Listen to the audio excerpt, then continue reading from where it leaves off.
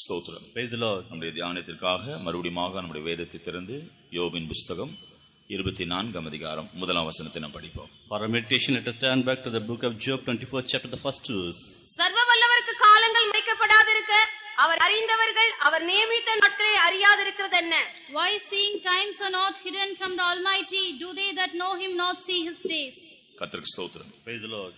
தேவன் மனுஷனுக்காக நியமித்திருக்கிற நாட்களை அவன் அறியாமல் இருக்கக்கூடாது என்று இங்கே பழைய ஏற்பாட்டு ஒரு பரிசுத்தவான் சொல்கிறார். Here the Old Testament saints advise us that the man should not be knowing about the times which have been appointed for the man. கர்த்தருக்கு ஸ்தோத்திரம். Praise the Lord. நமக்கு தேவன் சில நாட்களை இந்த பூமியில ஜீவிக்கும் பொழுது நாம் அனுபவிக்க வேண்டும் என்று அவர் நியமித்திருக்கிறதாக நாம் படிக்கிறோம். And we read from here that God hath appointed some of the days so that we should know about that also. இந்த நாட்களை குறித்து நாம் படிக்கும் பொழுது முக்கியமாக 4 நாட்கள் நமக்காக நியமிக்கப்பட்டுள்ளது. While we look into these days, importantly 4 days are appointed for us. முதலாவதாக இரட்சணிய நாள் என்று 2 கொரிந்தியர் 6 அதிகாரம் 2 வசனத்திலிருந்து நாம் படித்தோம். First of all, 2 Corinthians 6 chapter 2nd verse, the day of salvation. இரண்டாவதாக கிறிஸ்துவின் நாள் என்று பிலிப்பியர் 2 அதிகாரம் 15 வசனத்திலிருந்து நாம் படித்தோம். Philippians 2nd chapter 15th and 16th verse, we read it is the day of Christ. மூன்றாவதாக கர்த்தருடைய நாள் என்று ஏசாயா 2 அதிகாரம் 12 வசனத்திலிருந்து நாம் பார்த்தோம். Isaiah 2nd chapter 12th verse, we read that it is the day of the Lord. நான்காவதாக 2 பேதுரு 3 அதிகாரம் 13 வசனத்தில் சொல்லப்பட்டிருக்கிறபடி தேவனுடைய நாள். As it is written in 2 Peter 3rd chapter 13th verse, it is the day of God. இவைகள் ஒரு குறிப்பிட்ட நாளை மாத்திரம் குறிப்பதில்லை, இவைகள் ஒரு கால வரையை குறிக்கிறது என்று நாம் கவனித்தோம். It doesn't mention a particular time, but it mentions a particular period or duration. ரட்சிப்பின் நாள், இரட்சணிய நாள் என்று சொல்லும் பொழுது கல்வாரியிலிருந்து ஆண்டவராக இயேசு கிறிஸ்துவினுடைய ரகசிய வருகை நாள் வரையும் உள்ள கால வரையை காண்பிக்கிறது. The day of salvation signifies the duration period which between the day of and the day the Lord Jesus was crucified on the Calvary till the second coming of Jesus. கிறிஸ்துவின் நாள் என்று சொல்வது ஆண்டவராக இயேசு கிறிஸ்துவினுடைய ரகசிய வருகை நாளிலிருந்து வெள்ளை சிங்காசன நியாய தீர்ப்பு வரையிலும் இடைப்பட்ட காலத்தை காண்பிக்கிறது. The day of Christ signifies the duration between the secret advent of the Lord Jesus till the white throne judgment. கர்த்தருடைய நாள் என்று சொல்லும் பொழுது அது உபத்திரவ காலத்தை காண்பிக்கிறது. The day of the Lord signifies the period of tribulation. இயேசு கிறிஸ்துவினுடைய ரகசிய வருகைக்கு பின்பு இந்த பூமியிலே சம்பவிக்க போகிற 7 வருட உபத்திரவ காலத்தை காண்பிக்கிறது. It signifies about the 7 years of tribulation which will happen after the second secret advent of the Lord Jesus. தேவனுடைய நாள் என்று சொல்லும் பொழுது உபத்திரவ காலத்திற்கு பின்பு ஸ்தாபிக்கப்பட போகிற 1000 வருஷ அரசாட்சியிலிருந்து நித்தியம் வரையில் உள்ளதான காலத்தை காண்பிக்கிறது. The day of God signifies the period from millennium till the eternity is formed. நாம் முதலாம் நாள் இரட்சணிய நாளை குறித்து நாம் சிந்தித்தோம். First of all, on the first day we have meditated about the day of salvation. நேற்று நாம் கிறிஸ்துவின் நாளை குறித்து சிந்தித்தோம். Yesterday we have meditated about the day of Christ. ஆகவே இன்றைக்கு நாம் கர்த்தருடைய நாளை குறித்து சிந்திக்க போகிறோம். So today we are going to meditate upon the day of God. கர்த்தருக்கு ஸ்தோத்திரம். Day of the Lord. கர்த்தருடைய நாள் என்று சொல்லும் பொழுது அது உபத்திரவ காலத்தை குறிக்கிறது என்று நாம் சொன்னோம். And day of the Lord signifies the period of tribulation. ஆனால் தேவன் மனுஷனுக்கு நாட்களை நியமித்திருக்கிறார் சொல்லப்பட்டபடினால நாம் எல்லாரும் கர்த்தருடைய நாளை அனுபவிக்க வேண்டிய ஒரு அவசியம் இருக்கிறது. But as it is appointed for the times for the man, that every one of us should also experience the day of the Lord. அப்படினால அதை 2 விதத்தில் நாம கவனிக்க வேண்டியிருக்கிறது. So in 2 different angles that we should look into it. சரியானபடி கர்த்தருடைய நாள் என்று சொல்றது ரகசிய வருகைக்கு முன்பாக ரகசிய வருகைக்கு பின்பு சம்பவிக்க போகிற 7 வருஷ உபத்திரவ காலத்தை காண்பிக்கிறது. Properly, the day of the Lord signifies the 7 years of tribulation which will happen after the secret advent of the Lord Jesus. ஆனால் அந்த நாளில் நாம் சிக்கிக்கொள்ளாமல் தப்புவிக்கப்படும்படியாக இந்த பூமியில நாம் ஜீவிக்கும் பொழுது இயேசு கிறிஸ்துவினுடைய வருகைக்கு முன்பாகவே நாம் அனுபவிக்க வேண்டிய கர்த்தருடைய நாள் என்ற அனுபவங்கள் உண்டு. But in order to escape from the days of tribulation, while we live in this present world before the secret advent of the Lord Jesus itself, in our life there will be some days which can be compared with the day of the Lord. அப்படினால இப்பொழுது ஜீவிக்கும் பொழுதே அந்த கர்த்தருடைய நாளின் அனுபவங்களை நாம் பெற்றுக்கொள்வோம் என்றால் இனி வரப்போகிற உபத்திரவ காலமாகிய கர்த்தருடைய நாளை நாம் சந்திக்க வேண்டிய அவசியம் இல்லை. So now itself, while we do live in the world before the secret advent of our Lord Jesus, if we do face the days of the Lord in our life, then it is not necessary for us to face the day of the Lord during the period of tribulation. இப்பொழுது நாம் அந்த நாளை அனுபவிக்க தவறிவிட்டால் வரப்போகிற அந்த கர்த்தருடைய நாள் அந்த உபத்திரவ காலத்தில் நாம் தப்ப முடியாது. But if we fail to go through the days of the Lord in our present life, then we cannot escape from the days of tribulation. அப்படி என்றால் இப்பொழுது நாம் ஜீவிக்கும் பொழுது நாம் அனுபவிக்க வேண்டிய கர்த்தருடைய நாள் என்றால் என்ன? Then if it be so, what are all the days, the day of the Lord which we should go through in these days? அதை பற்றி 3 அம்சங்களை நாம் பார்க்கிறோம். There are 3 parts in it that we can read. கர்த்தருக்கு ஸ்தோத்திரம். Praise the Lord. முதலாவதாக நாம் பரிசுத்த ஆவியின் அபிஷேகத்தை பெற்ற பின்பு First of all, after receiving the anointing of the Holy Spirit, அல்லது கர்த்தராகிய இயேசு கிறிஸ்துவின் இரத்தத்தினாலே நம்முடைய பாவங்களை கழுவப்படுகிற அன்றைக்கு நம்முடைய ஜீவியத்திலே ரட்சிப்பின் அனுபவத்தை பெற்றுக்கொள்கிறோம். or on the day when the sins are forgiven by the blood of the Lord Jesus, on the day we receive the day of salvation, we receive the experience of salvation. கர்த்தருக்கு ஸ்தோத்திரம். Praise the Lord. அந்த நாள் நம்முடைய ரட்சிப்பின் நாள் என்று சொல்லப்படுகிறது. That day is called as a day of salvation. பழைய ஏற்பாட்டிலே இதற்கு நிழலாட்டமாக ஓய்வு நாள் என்று அதை குறித்து சொல்லப்படுகிறது. As a shadow in the Old Testament, we call it as the day of Sabbath. கர்த்தருக்கு ஸ்தோத்திரம். Praise the Lord. ஆகையினால பழைய ஏற்பாட்டு ஒழுங்கின்படி புதிய ஏற்பாட்டிலும் கூட ஆவிக்குரிய பிரகாரமாக நம்முடைய தனிப்பட்ட ஜீவியத்திலே ஓய்வு நாளை அனுபவிக்க வேண்டும். So according to the shadow which is mentioned in the Old Testament period, in the New Testament period, we also should enjoy the day of Sabbath in a spiritual life. இந்த ஓய்வு நாள் என்று சொல்வது கர்த்தர் நமக்காக நியமித்த நாளாக இருக்கிறது. This day of Sabbath is appointed by God for us. அது எதை காண்பிக்கிறது என்று சொன்னால், நாம் பாவ மன்னிப்பை பெற்ற பின்பு மறுபடியும் பாவம் செய்யாதபடி, தீமைகள் சிக்கிக்கொள்ளாதபடி நாம் அந்த இளைப்பாறுதலை, அந்த ஓய்வை பாதுகாக்க வேண்டும். After receiving the forgiveness of sin, and we should not be entangled with the whole type of sins, and we should preserve that as a day of salvation, that we should preserve the rest. It is the day of Sabbath in our life. பழைய ஏற்பாட்டிலும் ஆண்டவராக இயேசு கிறிஸ்து பூமியில் இருந்த நாட்களிலும் வாரத்தின் முதலாம் நாள் அந்த கர்த்தருடைய நாளாக, ஓய்வு நாளாக அது கடைபிடிக்கப்பட்டது. In the period of the Old Testament as well as when the Lord Jesus was living in the world, the first day of the week was observed as the day of Sabbath. இன்றைக்கும் கூட வாரத்தின் முதலாம் நாள் கர்த்தருடைய நாளாக இருக்கிறதை நாம் அறிந்திருக்கிறோம். Even nowadays also we know that the first day of the week belongs to the Lord. ஆனதினால வாரத்தின் முதலாம் நாளாகிய அந்த கர்த்தருடைய நாளை, அந்த ஓய்வு நாளை நாம் சரியாக அனுபவிக்கும் பொழுது வரப்போகிற அந்த கர்த்தருடைய நாளில் அந்த பயங்கரத்திலிருந்து நாம் தப்பிக்கொள்ளலாம். So while we experience or while we go through the day of the Lord on the day of the first day of the week or the day of Sabbath, then we can escape out of the days of the tribulation. புதிய ஏற்பாட்டிலே நம்முடைய முற்பிதாக்கள் இந்த ஓய்வு நாளில் என்ன செய்தார்கள் என்கிற சில காரியங்களை பார்க்கிறோம். In the New Testament, what our forefathers had done in their life that we read. இயேசு கிறிஸ்து உயிர்த்தெழுந்த பின்பு நாம் நடந்த முதலாவது ஒரு சம்பவத்தை பார்க்கிறோம். And we can see the first happening after the resurrection of the Lord Jesus. யோவான் சுவிசேஷம் 20ஆம் அதிகாரம் 19ஆம் வசனத்தை படிக்கும் பொழுது, John 20:19, இங்கே ஆண்டவராகிய இயேசு கிறிஸ்து உயிர்த்தெழுந்த பின்பு சீஷர்கள் இன்னும் பயத்தினால் ஒரு பூட்டப்பட்ட அறையிலே ஒன்று கூடி அவர்கள் தேவனை நோக்கி ஜெபித்தார்கள், ஆராதித்தார்கள். Here after the Lord Jesus was crucified, even after his resurrection also, they had closed the door of the house and they were worshipping the Lord there. இயேசு அவர்கள் நடுவில் வந்தார். But Jesus came, stood in the midst of them. அவருடைய பயம், கலக்கம் எல்லாம் மாறி அவர் சந்தோஷம் அடைந்தார். And after that all their fear had gone and now they had joined him. பிரியமானவர்களே, நாமும் கர்த்தருடைய நாளில் கர்த்தருடைய சமூகத்தில் இருந்தால் ஆண்டவர் நம்மை சந்தித்து அவ்வப்பொழுது நமக்கு இருக்கிற பாரங்கள், கவலைகள், குறைவுகள் எல்லாவற்றையும் பரிகரித்து ஒரு பெரிய சந்தோஷத்தையும் இளைப்பாறுதலை நமக்கு கொடுக்கிறார். Beloved people, if we do observe the day of the Lord in our life too, then all the burdens and all the sufferings in our life, that it will go off and the Lord shall give us the rest in our life. கர்த்தருடைய நாளில் கர்த்தருடைய சமூகத்தில் போய் இவ்விதமாய் கர்த்தரை நாம் தரிசிக்கக்கூடிய ஸ்லாக்கியம் நமக்கு இருக்கிறதா? And do we have the privilege of going to the presence of God on the day of the Lord, and do we serve the Lord on the day? இது கர்த்தருடைய நாளின் ஒரு அனுபவம். This is one of the experiences of the day of the Lord. Praise the Lord. அப்போஸ்தலர் நடவடிக்கைகள் 20ஆம் அதிகாரம் 7ஆம் வசனத்தை நாம் படிக்கும் பொழுது, Acts 20 chapter 7th verse. இதை போலவே வாரத்தின் முதலாம் நாளில் முற்பிதாக்கள் அவர்கள் கர்த்தருடைய சமூகத்தில் கூடி அவர்கள் அப்பம் பிட்டார்கள் என்று படிக்கிறோம். Upon the first day of the week, and the forefathers that they were breaking the bread on that day. அப்பம் பிக்கிறது என்று சொல்றது கர்த்தருடைய பந்தியில பங்கெடுக்கதை காண்பிக்கிறது. Breaking of bread signifies that we have having taking part in the communion of the fellowship of the Lord. நாம் இந்த நாட்டில் கர்த்தருடைய பந்தியை கனப்படுத்தி தவறாமல் அதில் பங்கெடுக்கிறோமா? Do we honor the communion of the Lord in these days? இந்த நாட்டில் எவ்வளவு தேவனுடைய பிள்ளைகள் தங்களுடைய ஜீவியத்தில் தவறுகள், குறைவுகள் வரும்பொழுது தங்களை சீர்படுத்திக் கொள்ளாமல் கர்த்தருடைய பந்தியை புறக்கணிக்கிறார்.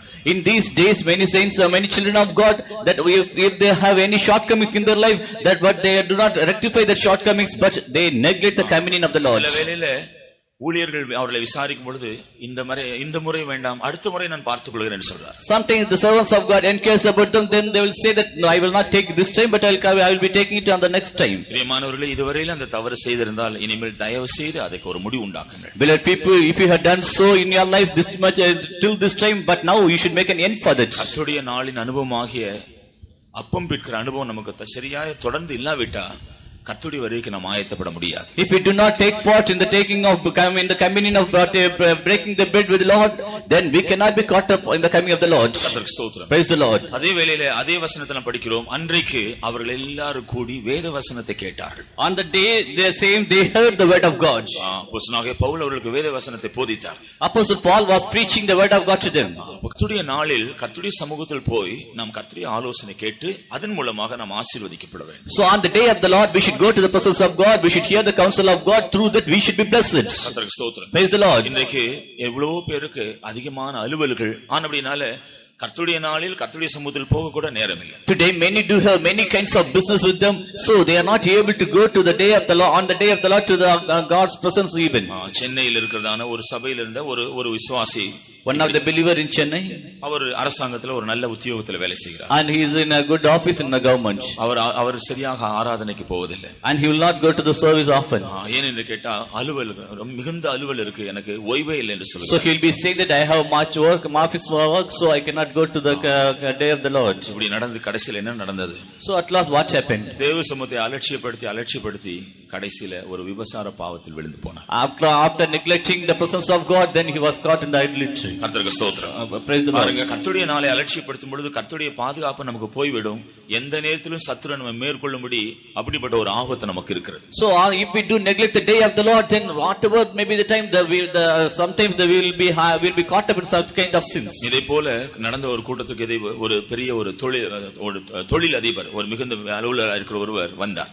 A great person who has industries with him, he came for this meeting. அப்பொழுது அந்த கூட்டத்தை நடத்தினதான அந்த தேவனுடைய ஊழியருக்கு அவரை பற்றி ஆண்டவர் ஒரு ஏவுதலை தந்து அவரோடு பேச வேண்டும் என்று சொன்னார். So the servant of God had a inkling from the Spirit of God, so he went to speak with him. அப்படினால் அவர் அந்த கூட்டத்திலே சொன்னார், இப்படிப்பட்ட பெயருள்ள ஒருவர் வந்திருக்கிறீர்கள், தயவு செய்து இந்த கூட்டம் முடிந்த பின்பு என்னை பார்த்தால் நலமாயிருக்கும் என்று. So the servant of God in the meeting, he asked the particular person to come to meet him after the meeting is over. அவ்விதமாகவே கூட்டம் முடிந்து அந்த நபர் வந்திருந்தார். அவர் வந்து அந்த ஊழியரை சந்தித்தார். After the meeting was over, the particular person came and he met the servant of God there. அப்பொழுது ஊழியர் கேட்டார், நான் உங்களோடு கொஞ்சம் பேசலாமா, உங்களுக்கு நீங்கள் அதற்கு அனுமதிப்பீர்களா என்று கேட்டார். And servant of God asked him, whether can I speak with you, will you give me some more time for that? அவர் சொன்னார், இல்லை மன்னித்துக் கொள்ளுங்கள், எனக்கு ஒரு முக்கியமான அப்பாயின்மெண்ட் இருக்கிறது, நாளை மாலை நீங்கள் என்னுடைய வீட்டுக்கு வாருங்கள் என்று சொல்லி அவருடைய விசிட்டிங் கார்டு கொடுத்து விட்டு போய்விட்டார். But he told him that I don't have time now, please come to my house tomorrow morning by evening by 6 o'clock, and he gave the visiting card, he went off.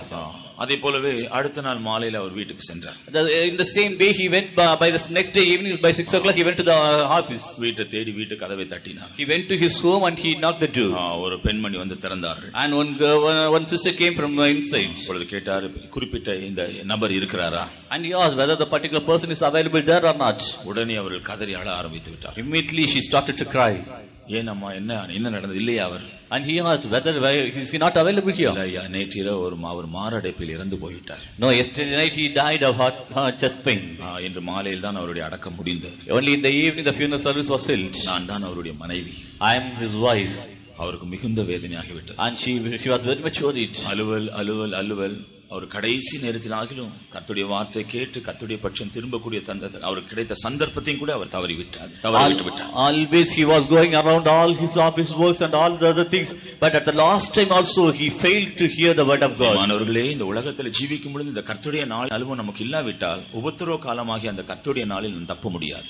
Beloved people, in the world, while we live in the world itself, if we do not have the experience of going through the days of the Lord in our life, then we can never escape from the day of the Lord during the period of tribulation. கர்த்தருக்கு ஸ்தோத்திரம். Praise the Lord. அப்படினால்தான் ஏசாயா 58 அதிகாரம் 13-14 வசனங்களை படிக்கும் பொழுது Isaiah 58 chapter 13 and 14 verses. இங்க கர்த்தருடைய நாளை பற்றி சில பிரமாணங்களை கர்த்தர் கொடுத்திருக்கிறார். Here God had given some of the laws and commandments concerning the day of the Lord. கர்த்தருடைய நாளை நீ மனமகிழ்ச்சியின் நாள் என்று எண்ண வேண்டும். And you should consider the day of the Lord as the day of rejoicing. A day of rejoice. அன்றைக்கு நீ உன்னுடைய சொந்த பேச்சு பேசக்கூடாது. On the day you should not speak anything of your own. நீ உன்னுடைய சொந்த வேலையை செய்யக்கூடாது. You should not do any of your own work. உன்னுடைய சொந்த காரியங்களை செய்ய நீ எங்கும் போக கூடாது. And you should to do your own household work, you cannot go anywhere. சொந்த காரியத்துக்கு போகும்படியாக உன்னுடைய காலை அன்றைக்கு விலக்க வேண்டும். On the day you depart from going to your own work. கர்த்தருடைய நாளை கனப்படுத்தி அதை மனமகிழ்ச்சியின் நாள் என்று நீ எண்ண வேண்டும். That you should honor the day of the Lord and you should count it as a day of rejoicing. அப்பொழுது கர்த்தர் உன்னை ஆசீர்வதித்து உன்னதங்களில் உன்னை வீட்டிற்கு இருக்க செய்வார். Then the Lord shall bless you and he will make you to sit in the higher places. கர்த்தருக்கு ஸ்தோத்திரம். Praise the Lord. கர்த்தருடைய நாளில் நமக்கு நம்முடைய சொந்த காரியங்களை செய்வதற்கு நமக்கு அனுமதி இல்லை என்று பார்க்கிறோம். So on the day of the Lord we don't have any permission of the Lord to do our own work. பழைய ஏற்பாட்டில் நியாயப்பிரமாண காலம் இருந்தது. During the Old Testament period there was the period of law. கர்த்தருக்கு ஸ்தோத்திரம். Praise the Lord. அந்த சமயத்துல இப்படிப்பட்ட ஓய்வு நாளில் எந்த ஒரு மனுஷனும் எந்த ஒரு வேலை செய்ய வீட்டை விட்டு வெளியே வரக்கூடாது, வீட்டில இருந்து ஓய்ந்திருக்க வேண்டும். So during the days of the Old Testament period, on the day of Sabbath, no one can go to do his own work and he should not go out of his house. கர்த்தருக்கு ஸ்தோத்திரம். Praise the Lord. அப்படி இருக்கும் பொழுது While it was so, ஒரு முறை நாம் வேதத்தில் படிக்கிறோம், ஒரு மனுஷன் ஓய்வு நாளில் விறகு பொறுக்கும்படியாக தன்னுடைய வீட்டை விட்டு வெளியே வந்திருந்தான். Once one man to take up the firewood, he went out of his house. கர்த்தருக்கு ஸ்தோத்திரம். Praise the Lord. உடனே அதை பார்த்து மோசேயினிடத்திலிருந்து அவனை குறித்து முறையிட்டார்கள். Immediately the people complained about him to Moses. என்னாகும் 15ஆம் அதிகாரம் 31ஆம் வசனம் முதல் 36ஆம் வசனம் படித்தால் இந்த சம்பவத்தை நாம் விளங்குவோம். Numbers 15 chapter 31 to 36 we can know about this. அவன் செய்த தவறு என்ன? What was the wrong thing that he had committed? ஓய்வு நாளில் விறகு பொறுக்க சென்றான். On the day of Sabbath that he went to take the firewood.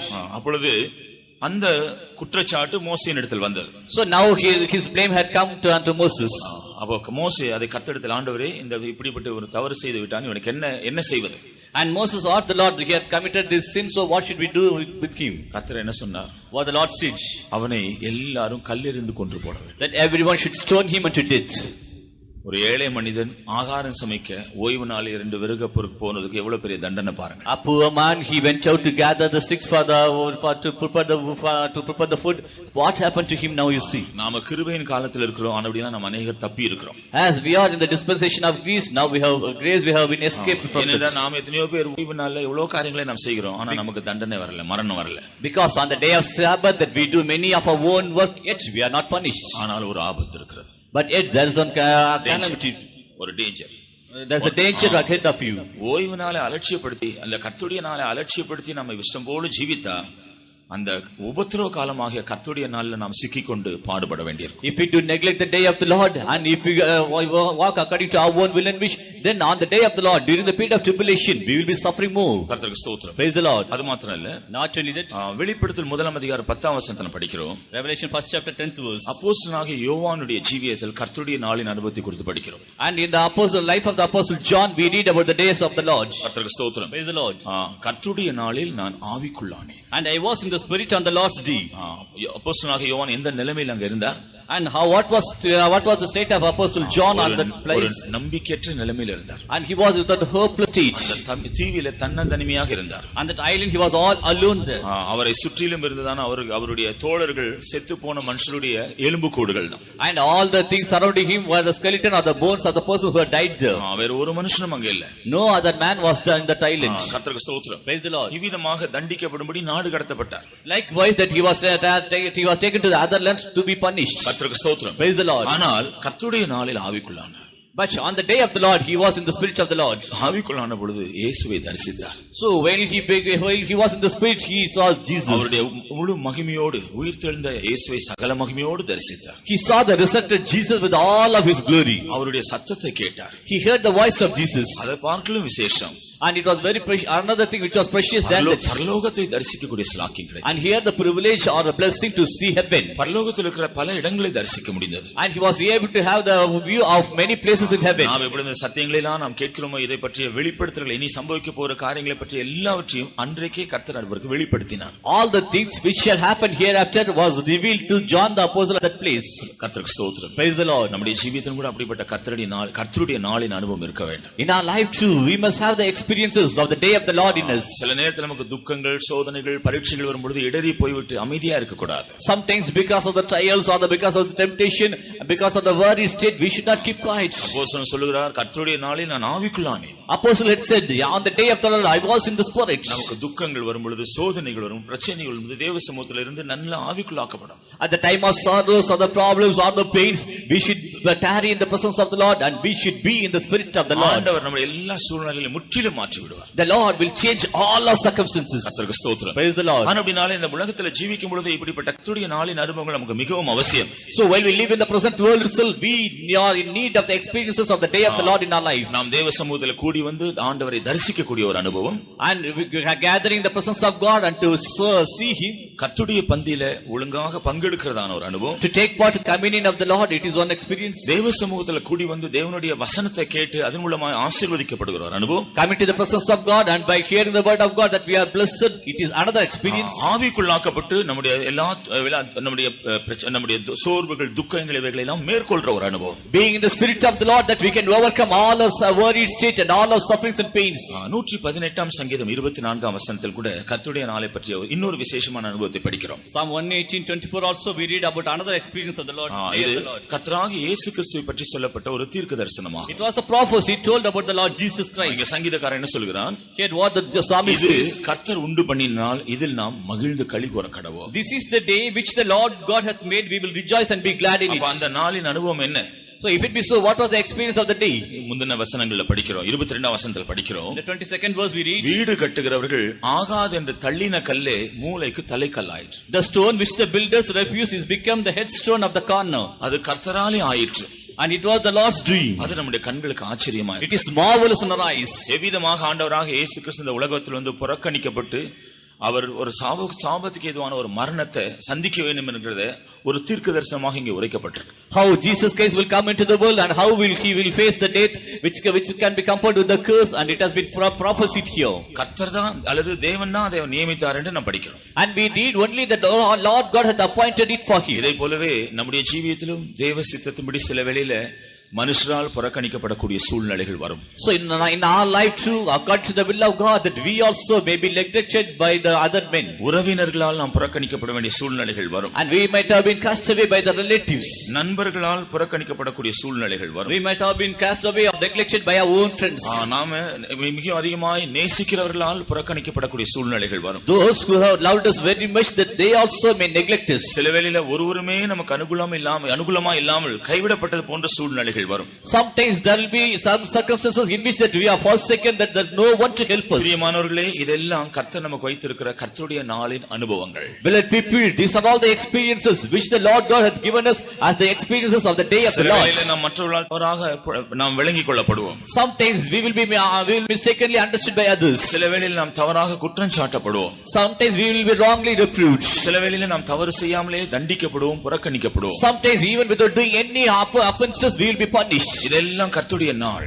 These are all the days of the Lord. கர்த்தராகிய இயேசு கிறிஸ்து இப்படிப்பட்ட இந்த நாளின் அனுபவத்தில் நமக்கு முன்னோடியாக முன்மாதிரியாக கடந்து சென்றிருக்கிறார். As a forerunner, as a foremartyr, the Lord Jesus Christ also went through the same path before us. நாமும் கூட அவருடைய அடிச்சுவடுகளை பின்பற்றும் பொழுது அதே பாதைகள் தான், அதே அனுபவங்கள் தான் நமக்கு வரும். So if we do follow the footsteps of Jesus, the same experiences are awaiting for us also. இது கர்த்தருடைய நாளின் ஒரு முக்கியமான அம்சமாய் நம்முடைய ஜீவிதத்தில் இருக்கிறது. These are all the as an important part in the day of the Lord. ஆனால் அப்படிப்பட்ட அனுபவம் தான் தேவன் நம்மை உயர்த்தவும் நம்மை கனப்படுத்தவும் நம்மை பாத்திரவான்களாய் மாற்றுகிறது. So such experiences only it will enable us, it will enable the Lord to honor us and to exalt us. ஆனபடினால இந்த பூமியில நாம் ஜீவிக்கும் பொழுது கர்த்தருடைய நாள் இந்த விசேஷமான அனுபவங்களை நாம் அனுபவிக்க வேண்டும் என்று கர்த்தர் அதை நமக்கு நியமித்திருக்கிறார். So when we live in the present world itself, that the God hath appointed some of these things as the experience of the days of the Lord. இந்த அனுபவங்களை நாம் சரியாய் நாம் அனுபவித்து கர்த்தருடைய நாளை அனுபவித்த அனுபவம் நமக்கு இருக்கும் என்றால் கர்த்தருடைய வருகையில் எடுத்துக்கொள்ளப்படுவோம்.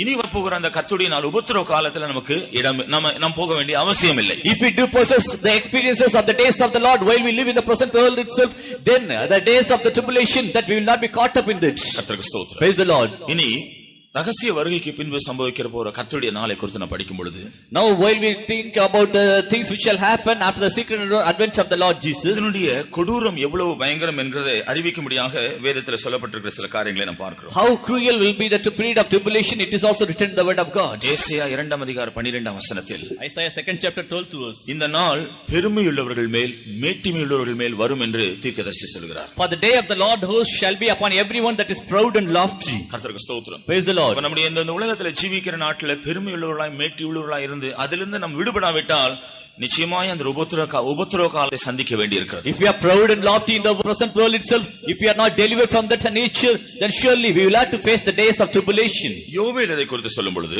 Well, Joel had said, 2ஆம் அதிகாரம் 11ஆம் வசனத்தில் சொல்லுகிறார், 2nd chapter 13th verse, இந்த நாள் பெரிய நாள் என்றும் மகா பயங்கரமான நாள் என்று சொல்லுகிறார். that day was a great day and it will be a very cruel day. கர்த்தருக்கு ஸ்தோத்திரம். Praise the Lord. அதனுடைய கொடூரத்தை விளங்க செய்யும்படியாக தீர்க்கதரிசி இப்படி சொல்கிறதை பார்க்கிறோம். And to understand the cruel nature of the law of the day, prophet has said so. Amos தீர்க்கதரிசி அதை பற்றி சொல்லும் பொழுது, Amos the prophet, 5ஆம் அதிகாரம் 18ஆம் வசனத்தில் சொல்கிறார், 5th chapter the 18th verse, அந்த நாள் வெளிச்சமாய் இராமல் அந்தகாரமாய் இருக்கும். but the day of the Lord shall not be light but darkness. அது ஒரு பெரிய இருண்ட காலம், இருள் என்று நாம் படிக்கிறோம். So it will be a period of darkness. கர்த்தருக்கு ஸ்தோத்திரம். Praise the Lord. அதே அதிகாரம் 20ஆம் வசனத்தை நாம் படிக்கும் பொழுது, Same chapter 20th verse, அந்த கர்த்தருடைய நாள் இருள் உள்ள நாள், பிரகாசமற்ற நாள் என்று சொல்கிறார். At the day of the Lord shall be darkness, it will not have any brightness in it. இருள் என்று சொல்கிறது உபத்திரவங்களையும் வேதனைகளையும் காட்டுகிறது. Darkness signifies the tribulations and the pains and sufferings. கர்த்தருக்கு ஸ்தோத்திரம். Praise the Lord. இனி செப்பனியா தீர்க்கதரிசி சொல்லும் பொழுது, And the prophet Zephaniah had said, Zephaniah 1ஆம் அதிகாரம் 15ஆம் வசனத்தில் இதை பற்றிய சில காரியங்களை சொல்கிறார். first chapter the 15th verse. முதலாவதாக அது உக்கிரம் நிறைந்த நாள் என்று சொல்கிறார். First of all, it is the day of cruelty. கர்த்தருக்கு ஸ்தோத்திரம். Praise the Lord. இது உக்கிரம் நிறைந்த, அதாவது தேவனுடைய கோபம் நிறைந்த நாள். It was the day of the wrath of God. அடுத்தபடியாக அது இடுக்கணும் நிறைந்த நாள் என்று சொல்லப்படுகிறது. After that, it was mentioned as the day of affliction. கர்த்தருக்கு ஸ்தோத்திரம். Praise the Lord. அது மாத்திரமல்ல, அழிவும் பாழ்கடிப்பும் உள்ள நாள் என்று சொல்லப்பட்டிருக்கு. Not only the day of desolation it will be. அது இருளும் அந்தகாரம் உள்ள நாள் என்று சொல்லப்பட்டிருக்கு. It will be a day of darkness and utter darkness. மப்பும் மந்தாரம் உள்ள நாள் என்று It will சொல்லப்பட்டிருக்கு. be the day of cloud. இதெல்லாம் கர்த்தருடைய நாளில் அந்த உபத்திரவ காலத்தினுடைய பலவிதமான வேதனைகள், நெருக்கங்கள், பாடுகளை காண்பிக்கிறவைகள். These are all signifies the many kinds of sufferings and the pains on the day of tribulation. இனி இந்த கர்த்தருடைய நாளில் சம்பவிக்கக்கூடிய சில காரியங்களை நாம் கவனிக்கும் பொழுது, So while we look into the things which shall happen on the day of the Lord, இந்த உபத்திரவ காலம் 2 பிரிவுகளாக பிரிக்கப்பட்டுள்ளது. that period of tribulation is divided into 2 parts. முதல் 3.5 வருஷம் என்றும் இரண்டாம் 3.5 வருஷம் என்றும் பிரிக்கப்பட்டுள்ளது. It is divided as first 3.5 years and second 3.5 years. முதல் 3.5 வருஷம் என்று சொல்வது இயேசு கிறிஸ்துவினுடைய வருகையில கைவிடப்பட்டு போனதான அப்படிப்பட்ட கர்த்தருடைய ஜனங்களுக்குரியது. First 3.5 years belongs to the people who have been forsaken by in the second coming of the Lord Jesus. இரண்டாம் 3.5 வருஷ உபத்திரவ காலம் என்று சொல்வது யூதர்களுக்கு அல்லது இஸ்ரவேல் கோத்திரங்களுக்கு உரியது. Second 3.5 years of tribulation belongs to the Jews or to the Israelites. கர்த்தருக்கு ஸ்தோத்திரம். Praise the Lord. இந்த 7 வருஷ உபத்திரவ காலத்தில் தான் அந்தி கிறிஸ்து அல்லது பிசாசு தன்னுடைய முழு திருத்துவத்தோடு கிரியை செய்கிற காலம். During the 7 years of tribulation, the Antichrist or the devil will work in the people with his Trinity. நாம் அறிந்திருக்கிறோம், தேவன் திருத்துவர், பிதா, குமாரன், பரிசுத்த ஆவியானவர். We know God is the triune God, God the Father, Son and the Holy Ghost. இதே போலவே சாத்தானுக்கும் திருத்துவம் உண்டு. In the same way, the devil do have the Trinity. முதலாவதாக வலு சர்ப்பம், First of all, the dragon. இரண்டாவதாக அந்தி கிறிஸ்து, beast. Secondly, the Antichrist, the beast. மூன்றாவதாக கள்ள தீர்க்கதரிசி. Thirdly, the false prophet. இவைகள் தான் சாத்தானின் திருத்துவம். These are the trinity of the devil. இந்த உபத்திரவ காலத்தில் தான் இந்த சாத்தானின் திருத்துவம் முழுமையாக வெளிப்படுகிறது, முழுமையாக கிரியை செய்கிறது. Only in the period of the tribulation, the triune of the trinity of the devil will appear and it will work much brightly. நாம் வெளிப்படுத்தல் 12ஆம் அதிகாரம் 3ஆம் வசனத்தை படிக்கும் பொழுது, Revelation 12 third verse, அந்த வலு சர்ப்பத்தை குறித்து நாம் படிக்கிறோம். Here we read about the dragon. அது 7 தலைகளையும் 10 கொம்புகளையும் உடையதாகவும் அந்த கொம்புகளில் முடி உள்ளதாகவும் இருக்கிறதா நாம் பார்க்கிறோம். It had 7 heads, 10 horns and 7 crowns upon his heads. கர்த்தருக்கு ஸ்தோத்திரம். Praise the Lord. இந்த 7 தலைகள், 7 என்று சொல்வது பூரணத்தை காண்பிக்கிறது. The 7 signifies the perfection. 7 தலைகள் என்று சொல்வது இந்த சாத்தான் பாவத்தில் பூரணத்தை உடையவன் என்கிறதை காண்பிக்கிறது. 7 heads signify the devil was perfected in his sin. கர்த்தருக்கு ஸ்தோத்திரம். Praise the Lord. அது மாத்திரமல்ல, இந்த 7 தலைகள் இந்த உலகத்தில் காணப்பட்ட 7 சாம்ராஜ்யங்களில் அவன் எவ்விதமாக காணப்பட்டான் என்பதை காண்பிக்கிறது. The 7 heads also signify that what the devil had done in the seven kinds of empires which were in the world. இந்த உலகத்தில் காணப்பட்ட சாம்ராஜ்யங்களை குறித்து நாம் பார்க்கும் பொழுது, while you look into the empires which had been in the world, முதலாவது பெரிய சாம்ராஜ்யம் தான் எகிப்து. First of all, the Egyptian kingdom, Egyptian empire. இரண்டாவதாக அசிரிய சாம்ராஜ்யம். Secondly, the Assyrian empire. மூன்றாவதாக Babylon. Thirdly, the Babylonian empire. நான்காவதாக மேதியா பெர்சியா ராஜ்யம். Fourthly, Medo-Persian empire. ஐந்தாவதாக கிரேக்க ராஜ்யம். Fifthly, Greek empire. ஆறாவதாக ரோம ராஜ்யம். Sixthly, Roman empire. கர்த்தருக்கு ஸ்தோத்திரம். Praise the Lord. இந்த ஏழாவது Seventhly, ரோம சாம்ராஜ்யமானது கிபி 1400 வருஷங்கள்ல அது விழுந்து போயிற்று. And the Roman Empire had fallen down in the year after Christ 1450. இந்த அந்தி கிறிஸ்து நாட்டில் மறுபடியுமாக இந்த ரோம சாம்ராஜ்யம் மறுபடியுமாக எழும்பி அவைகள் சில நாட்கள் காணப்பட்டு அதன் பின் முழுவதுமாக அழிக்கப்படுகிறது. But during the days of Antichrist, again the Roman Empire will coming into power, and it will be for some days, and after that it will be also demolished. கர்த்தருக்கு ஸ்தோத்திரம். Praise the Lord. அடுத்தபடியாக அதற்கு அந்த 7 தலைகள் மேல் 7 கிரீடங்கள் இருக்கிறது. And seven crowns were upon the 7 heads. 7 முடிகள் இருக்கிறது. And 7 crowns. இது சாத்தான் எவ்விதமாக அந்தந்த ஒவ்வொரு சாம்ராஜ்யத்திலும் தன்னுடைய அதிகாரத்தையும் தன்னுடைய வல்லமை வெளிப்படுத்தி ஜனங்களையும் தேசத்தையும் மோசப்படுத்தி கொண்டிருக்கிறார்ன்றதை காண்பிக்கிறது. It signifies that how the devil had destroyed the people during those 7 empires. கர்த்தருக்கு ஸ்தோத்திரம். Praise the Lord. அடுத்தபடியாக அதற்கு 10 கொம்புகள் இருக்கிறதா நாம் பார்க்கிறோம். Then it had 10 horns also. இந்த 10 கொம்புகள் சாத்தானுக்கு இருக்கிறதான அதிகாரத்தையும் பெலனையும் காண்பிக்கிறது. These 10 horns signifies the power and the strength which the devil had. சாத்தான் தன்னுடைய வல்லமையும் தன்னுடைய பெலனை விளங்கச் செய்யும்படியாக எவ்விதமாக அந்தி கிறிஸ்துவின் நாட்களில் அதற்காக 10 நாடுகளை தேர்ந்தெடுப்பான் என்கிறதை அது முன்னறிவிக்கிறது. And it is also giving us a warning that how the devil will choose 10 nations so that he can use the nations for his own power. கர்த்தருக்கு ஸ்தோத்திரம். Praise the Lord. அதற்கு ஒரு வால் இருக்கிறத நாம் படிக்கிறோம். அந்த வால் நட்சத்திரங்கள் அநேக நட்சத்திரங்களை கீழே விழத்தள்ளுகிறது என்று நாம் பார்க்கிறோம். And there was a tail, and the tail drew the third part of the stars of heaven. இந்த வலு சர்ப்பத்தினுடைய வால் என்று சொல்வது துருபதேசங்கள் அல்லது அந்நிய போதனைகளினால் நட்சத்திரங்களைப் போல ஆவிக்குரிய ஜீவித்தில் பிரகாசித்துக் கொண்டிருக்கிற தேவனுடைய பிள்ளைகளை வஞ்சிக்கிறதை காண்பிக்கிறது. The tail portion of the devil, it signifies the portions that the many saints of God, they were all deceived by the false doctrine. கர்த்தருக்கு ஸ்தோத்திரம். Praise the Lord. அடுத்தபடியாக அந்தி கிறிஸ்துவை குறித்து நாம் படிக்கும் பொழுது nextly when we read about the Antichrist, வெளிப்படுத்தல் 13ஆம் அதிகாரம் முதல் 2 வசனங்களில் நாம் பார்க்கிறோம். Revelation 13 chapter first 2 verses. அப்போஸ்தலனாகிய யோவான் ஒரு தரிசனத்திலே கடலில் இருந்து பார்த்து கொண்டிருந்த பொழுது கடற்கரையில் இருந்து ஒரு கடலில் இருந்து ஏறி வருகிற ஒரு மிருகத்தை காண்கிறார். Apostle John saw a beast rising up out of the sea. கர்த்தருக்கு ஸ்தோத்திரம். Praise the Lord. அது கடலிலிருந்து ஏறி வருகிறது. And it was coming out of the sea. அதே வேளையில் வெளிப்படுத்தல் 17ஆம் அதிகாரம் 8ஆம் வசனத்தில் படிக்கும் பொழுது Revelation 17 chapter the 8th verse, இந்த மிருகத்தினுடைய வல்லமை பாதாளத்திலிருந்து ஏறி வருகிறதான அந்த வலு சர்ப்பம் இதற்கு வல்லமை கொடுக்கிறதா நாம் பார்க்கிறோம். And we see that the devil which is in the bottomless pit, it gives him power. இங்கே கடல் என்று சொல்வது திரளான தண்ணீர் என்று சொல்வது வெளிப்படுத்தல் 17ஆம் அதிகாரம் 15ஆம் வசனத்தின்படி ஜனங்களை காண்பிக்கிறது. Revelation, according to Revelation 17 chapter 5th verse, the great sea signifies the multitude of the people. கர்த்தருக்கு ஸ்தோத்திரம். Praise the Lord. ஆனபடியால ஜனத்திலிருந்து எழும்பக்கூடியதான ஒரு மனுஷன் தான் அந்தி கிறிஸ்து. So a person who will be coming out of the midst of the many multitude of people, he will be the Antichrist. அவன் மத சம்பந்தமான ஒரு தலைவனாகும் அரசியல் ரீதியான ஒரு தலைவனாகவும் காணப்படுவான் என்று நாம் வேதத்தில் பார்க்கலாம். And from the word of God we can see that he will be a leader in both the religious way and also in the political way also. கர்த்தருக்கு ஸ்தோத்திரம். Praise the Lord. ஆனபடியால இவனுடைய தன்மை என்ன?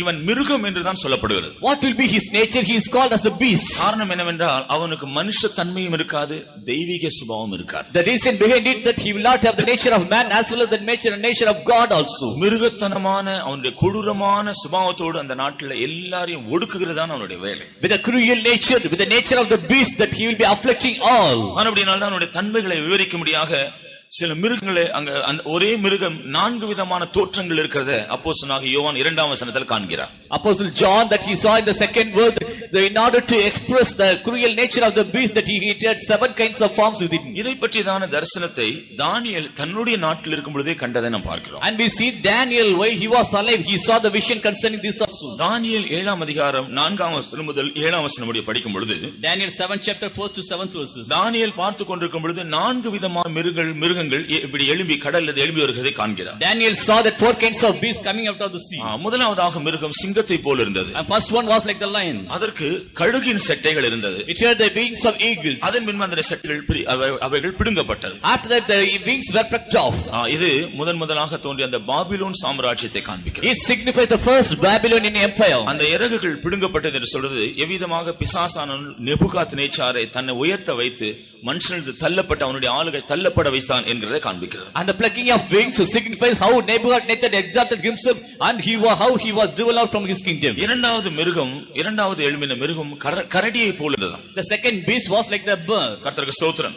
Praise the Lord. அது தன்னுடைய வாயிலே 3 விலா எலும்புகளை கவ்வி கொண்டிருந்ததை நாம் பார்க்கிறோம். And it had 3 ribs in the mouth of it. இது பாபிலோனுடைய சாம்ராஜ்யத்தின் வீழ்ச்சிக்கு பிறகு எழும்பினதான மேதியா பெர்சியா ராஜ்யத்தை சாம்ராஜ்யத்தை காண்பிக்கிறது. It signifies about the Medo-Persian kingdom which had arisen up after the falling of the Babylonian Empire. அது மூன்று விலா எலும்புகளை கவ்விக்கொண்டது என்பது மூன்று ராஜ்யங்களை தன்னுடைய ஆதிக்கத்தின் கீழ் கொண்டு வந்ததை அது காண்பிக்கிறது. The three ribs signify that the three nations which had been brought under its control. Babylon, Lydia, எகிப்து. Babylon, Lydia and Egypt. கர்த்தருக்கு ஸ்தோத்திரம். Praise the Lord. இந்த மூன்று பெரிய வல்லரசுகளை தன்னுடைய ஆதிக்கத்தின் கீழ் கொண்டு வருகிறார். All these empires had been brought under its control. மூன்றாவது அவர் சிவிங்கி கோப்பான ஒரு மிருகத்தை காண்கிறார். Thirdly, he saw a beast like a leopard. கர்த்தருக்கு ஸ்தோத்திரம். Praise the Lord. இதற்கு சிறகுகள், இதற்கு ரெக்கைகள் இருக்கிறது, ஆனா கழுகுக்கு போன்ற ரெக்கைகள் அல்ல. It also had wings, but it was not like the eagle's wings. சிவிங்கி சாதாரணமாக பார்ப்பதற்கு ஒரு சாதுவான மிருகமா இருந்தாலும், even though for looking it will be a soft animal. இங்கே நாம் பார்க்கிறோம் அந்த நாட்டில் அந்த மேதியா பெர்சியா ராஜ்யத்துக்கு பிறகு எழும்பின கிரேக்க ராஜ்யத்தை இது காண்பிக்கிறது. And it signifies the Greek empire which had come after the Medo-Persian kingdom empire. தோற்றத்தில் அன்பாக இரக்கமா இருக்கிறது போல காண்பித்தாலும் உண்மையாக கொடூரமாக அவர்கள் கிரியை செய்யறதை காண்பிக்கிறது. Even though outwardly they will be looking as merciful and peaceful, but in reality they will be doing cruel things. கர்த்தருக்கு ஸ்தோத்திரம். Praise the Lord. அப்படினால இந்த சாம்ராஜ்யங்கள் மற்ற இரண்டு அந்த மிருகங்களை போல சிவிங்கி அவ்வளவு பலமுள்ளதல்ல. So unlike the other two empires, the leopard was not a strong one. ஆனாலும் அந்த சாம்ராஜ்யத்திலும் கூட சில சிறிய சிற்றரசுகள், சிறிய சாம்ராஜ்யங்களை அவைகள் தன்னுடைய ஆதிக்கத்திற்குள் கொண்டு வருகிறது. Even in that empire also it had brought under its control some of the small empires or small nations. Macedonia, Syria, எகிப்து, திரேஸ் ஆகிய இந்த இடங்கள் எல்லாம் இவைகளுடைய கட்டுப்பாட்டுக்குள் கொண்டு வரப்படுகிறது. Macedonia, Syria, Greece and Egypt. கர்த்தருக்கு ஸ்தோத்திரம். Praise the Lord. நான்காவதாக, fourthly, கெடியும் பயங்கரமான ஒரு மிருகம் எழும்புகிறதாக தானியேல் பார்த்தார். There was a fourth beast, dreadful and terrible and strong exceedingly. அந்த மிருகத்துக்கு 10 கொம்புகள் இருக்கிறதாகவும் இரும்பு பற்கள் இருக்கிறதாக நாம் பார்க்கிறோம். It had great iron teeth and it had the teeth of iron in it. கர்த்தருக்கு ஸ்தோத்திரம். Praise the Lord. இந்த கெடியும் பயங்கரமான மிருகமானது மற்ற மூன்று மிருகங்களை பார்க்கலாம் மிகவும் பலமுள்ளதாக நாம் பார்க்கிறோம். The beast which was dreadful, terrible and strong exceedingly, it had more strength than the earlier three beasts. இது கிரேக்க சாம்ராஜ்ய வீழ்ச்சிக்கு பிறகு எழும்பினதான ரோம சாம்ராஜ்யத்தை காண்பிக்கிறது. After the falling away of the Greek empire, it signifies the Roman empire. உண்மையாக இந்த ரோம சாம்ராஜ்ய காலத்தில் தான் மிகவும் கொடூரமாக ஜனங்கள் ஆளுகை செய்யப்பட்டார்கள், அழிக்கப்பட்டார்கள். Really, during the period of the Roman empire only the people were ruled in a very cruel form and they were all destroyed in a very cruel way. இனி வெளிப்படுத்தல் 13ஆம் அதிகாரம் 2ஆம் வசனத்திற்கு வரும்பொழுது, Revelation 13 chapter 2nd verse. கடலிலிருந்து ஏறுகிறதான இந்த மிருகமானது தானியேல் கண்ட இந்த 4 மிருகங்களின் தன்மைகளை உடையதாக நாம் பார்க்கிறோம். And the beast which has come out of the sea, it also had the nature of the four beasts which Daniel had saw. கர்த்தருக்கு ஸ்தோத்திரம். Praise the Lord. அந்த 4 மிருகங்களின் தன்மைகளும் இங்கே காணப்படுகிறதை நாம் பார்க்கிறோம். And we see that the nature of the four beasts can be seen here. ஆனபடியால்தான் அவைகள் பார்ப்பதற்கு சிவிங்கியை போல இருக்கிறது. So to look I like unto it will be like a leopard. அதனுடைய கால்கள் கரடியின் கால்களா இருக்கிறது. His feet as the feet of a bear. அதனுடைய வாய் சிங்கத்தின் வாய் போல இருக்கிறது. And the mouth as the mouth of a lion. இப்படிப்பட்ட கெடியும் பயங்கரமாக மிருகமா இருக்கிறது என்று நாம் அதை பார்க்கிறோம். And we see that it was a dreadful beast. இது அந்தி கிறிஸ்துவை காண்பிக்கிறது. It signifies the antichrist. இந்த 4 அம்சங்கள் இந்த அந்தி கிறிஸ்துவில் காணப்படுகிறது எதை காண்பிக்கிறது? And if these four natures are found in the antichrist, what is the significance of it? 4 சாம்ராஜ்யங்களில் காணப்பட்ட எல்லா தன்மைகளும் அந்தி கிறிஸ்துவின் ஆளுகை நாட்டில் இந்த பூமியில காணப்படும். All the natures which had been in the four lost empires, the same thing will be in the period of antichrist also. கர்த்தருக்கு ஸ்தோத்திரம். Praise the Lord. 3ஆம் வசனத்தில் பார்க்கிறோம், அதனுடைய ஒரு தலை காயமடைந்து மரணத்துக்கு ஏதுவா இருந்ததா. Third verse we see that one of its head was wounded unto death. ஆனால் அது மறுபடியும் சுகம் அடைந்து விட்டது. Again it was healed. அதை காண்பிக்கிறது என்று சொன்னார். And what is the significance of this? சற்று முன்பு சொன்னது போல 2ஆம் நூற்றாண்டில் வீழ்ச்சியடைந்த ரோம சாம்ராஜ்யம் மறுபடியும் அந்தி கிறிஸ்துவின் காலத்திலே அது புத்திருப்பிட்டு எழும்பி முழு பலத்தோடு அது காணப்படும். The Roman empire which had fallen into in the 2nd century, again it will be rising up. கர்த்தருக்கு ஸ்தோத்திரம். Praise the Lord. இந்த அந்தி கிறிஸ்துவுக்கு கூட 7 தலைகளும் 10 கொம்புகளும் இருக்கிறதா நாம் பார்க்கிறோம். Even the antichrist will have 7 heads and 10 horns. வலு சர்ப்பத்திற்கும் 7 தலைகளும் 10 கொம்புகளும் இருந்தன. Dragon also had 7 heads and 10 horns.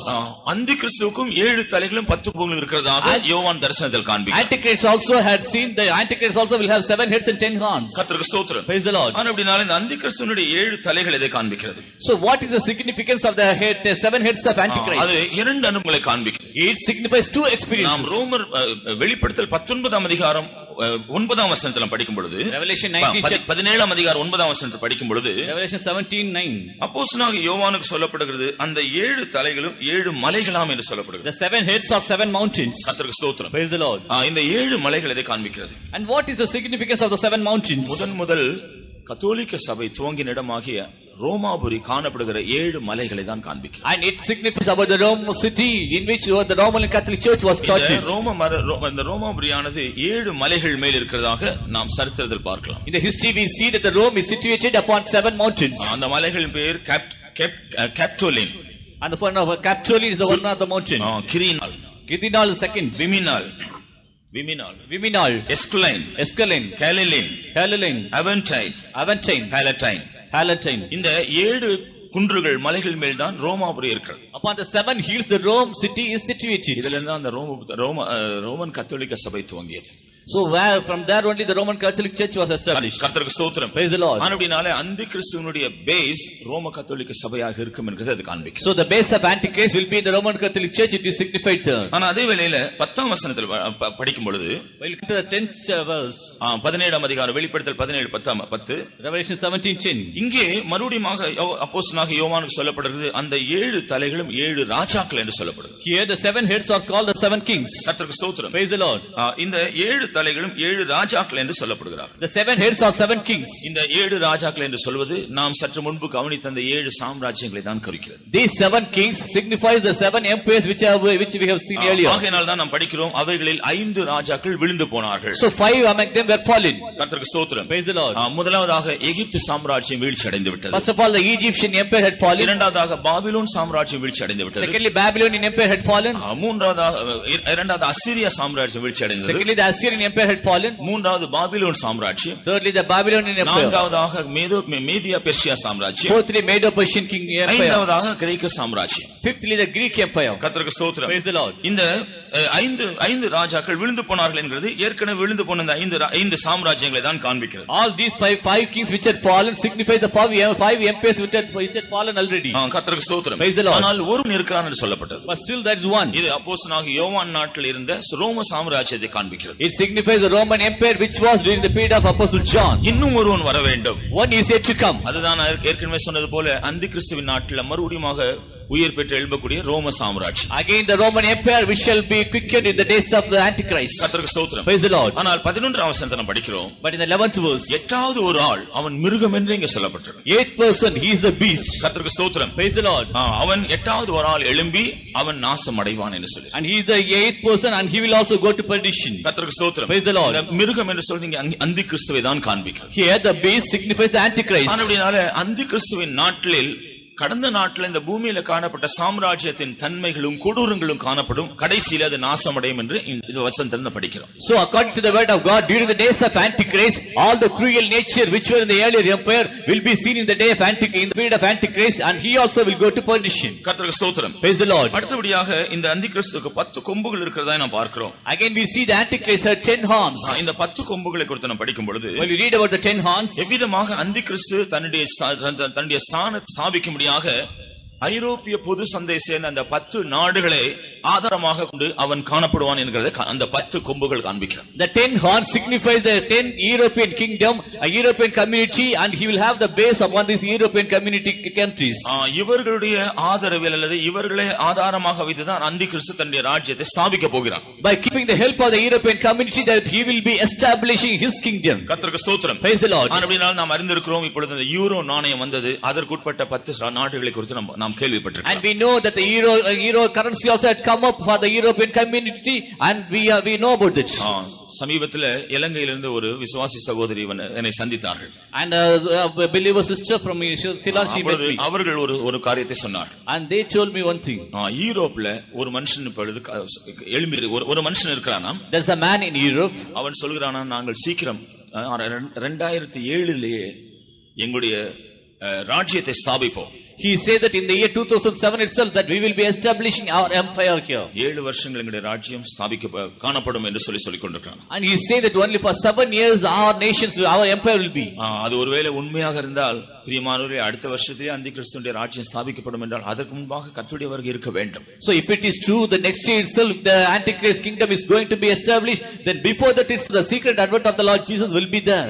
கர்த்தருக்கு ஸ்தோத்திரம். Praise the Lord. இந்த 10 நாடுகளும் சேர்ந்து அவைகள் அந்த ஐரோப்பிய பொது சங்கமாக மாறுகிறது. All these 10 nations form together as the European common country. இவைகள் அந்த நாட்களில் உலகத்தில் காணப்படுகிற சில துறைகள், சில காரியங்களை அவைகள் ஆண்டு கொள்ளும் அல்லது அவைகள் தான் அவைகளை நடத்தும் என்று பார்க்கிறோம். So these 10 nations will have the power over the sum of the business of the world.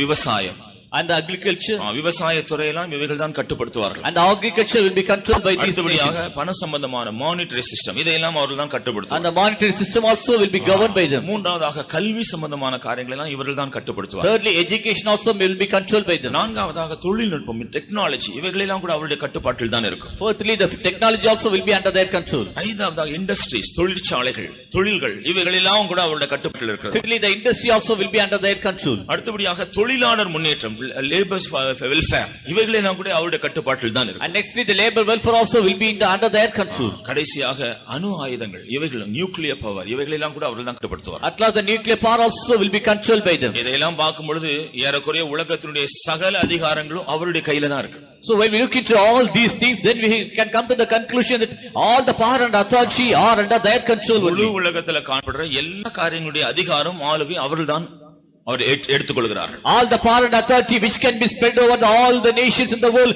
it will be controlled by them singularly. கர்த்தருக்கு ஸ்தோத்திரம். Praise the Lord. அப்படினால அந்தி கிறிஸ்து எழும்பின பின்பு, so after the rising up of Antichrist, அவன் இந்த 10 நாடுகள் இவைகளை தன்னுடைய ஆதிக்கத்தின் கீழ் வைத்துக்கொண்டு இவர்கள் மூலமாக தான் தன்னுடைய ஆதிக்கத்தை செலுத்துவான் என்பதை அது காண்பிக்கிறது. by keeping the 10 nations under his control, and through them that he will be spreading out his own power and authority. கர்த்தருக்கு ஸ்தோத்திரம். Praise the Lord. அது மாத்திரமல்ல, not only that, அடுத்தபடியாக இந்த அந்தி கிறிஸ்து என்ன செய்கிறான்? nextly what the Antichrist will do, இவன் ஆளுகைக்கு வந்த பின்பு, after coming to the power, உடனடியாக அவனுடைய முத்திரையை தரிக்கும்படி எல்லாரையும் வற்புறுத்துகிறதை நாம் பார்க்கிறோம். immediately that he will all compel others to accept his mark. வெளிப்படுத்தல் 13ஆம் அதிகாரத்துல நாம் அதை குறித்து படிக்கிறோம். Revelation 13th chapter we read, அவன் சிறியோர் பெரியோர் ஐஸ்வரியவான்கள் தரித்திரர்கள் எல்லாரும் முத்திரை ஏற்றுக்கொள்ள வேண்டும் என்று அவன் வலியுறுத்துகிறான். and he will be compelling all the younger ones and the elder ones to accept his mark. இதை பற்றி சற்று பின்பு சிந்திப்போம். and after some time we will be thinking சாத்தானின் திருத்துவத்தில் இரண்டாவதாகிய அந்தி கிறிஸ்து இவ்விதமாக அவன் உபத்திரவ காலத்தில் வெளிப்படுகிறான். the trinity, the second man of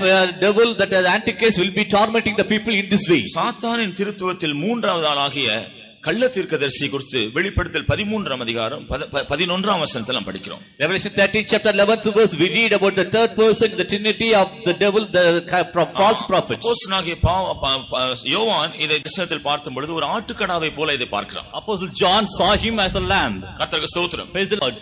இது ஒரு ஆடு. It was a lamb. இதற்கு 2 கொம்புகள் இருக்கிறது. It had 2 horns. இந்த 2 கொம்புகள் எதை காண்பிக்கிறது? and what is the significance of these 2 horns? கள்ள தீர்க்கதரிசி எவ்விதமாக மத சம்பந்தமான அதிகாரத்தையும் ராஜரீக சம்பந்தமான அதிகாரத்தையும் அவனும் தன்னுடைய அதிகாரத்தில் வைத்திருப்பான் என்கிறது அது காண்பிக்கிறது. It signifies that how the false prophet will have the power over the religious affairs and over the economical affairs also. இந்த கள்ள தீர்க்கதரிசியின் வேலை என்ன?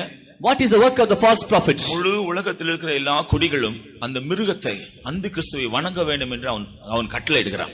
and he commands all the citizens of the world to worship the Antichrist. வலு சர்ப்பமும் கள்ள தீர்க்கதரிசியும் தன்னுடைய முழு அதிகாரத்தையும் பலத்தையும் அந்தி கிறிஸ்துவுக்கு கொடுத்து அவன் முழு அதிகாரத்தோடு பலத்தோடு அந்த நாட்டில் ஆளுகை செய்வான். So the dragon and the false prophet will give all their power and authority to the Antichrist, and with all his power the Antichrist will rule over the world. கர்த்தருக்கு ஸ்தோத்திரம். Praise God. விதமாக சாத்தானின் திருத்துவம் உபத்திரவ காலத்திலே முழுமையாக காணப்படுகிறது. Likewise the trinity of the devil will be working out in the days of the period of tribulation in the complete form. இனி அந்தி கிறிஸ்து என்ன செய்கிறான்? Now what the Antichrist will do? முதலாக தன்னுடைய ஆளுகை கொண்டு வரும்படியாக எல்லாரும் அவனுடைய முத்திரையை தரிக்க வேண்டும் என்று அவன் விரும்புகிறான். First of all, it is a desire of him that everyone should accept his mark so that they can be under his control. அந்த முத்திரை 666 என்று நாம் அறிந்திருக்கிறோம். That mark is 666 we know. 6 என்று சொல்வது தூதர்களின் இலக்கத்தை காண்பிக்கிறது. 6 signifies the number of angels. வேதத்துல ஒவ்வொரு இலக்கத்திற்கும் ஒரு அர்த்தம் இருக்கிறது. In the word of God, every number had its own spiritual meaning. 1 என்பது தேவனை குறிக்கிறது. 1 signifies God.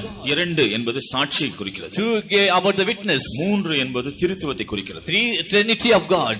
4 என்பது உலகத்தின் 4 திசைகள், உலகத்தை காண்பிக்கிறது. 4 directions of the world or the world it signifies. வேதத்தில் 5 என்பது ஐம்புலன்களிலும் மனுஷனை காண்பிக்கிறது. 5 signifies the 5 senses in man. 6 6 என்பது தூதர்களை காண்பிக்கிறது. 6 signifies the angels, விசேஷமாக விழுந்து போன தூதர்களை the காண்பிக்கிறது. fallen angels.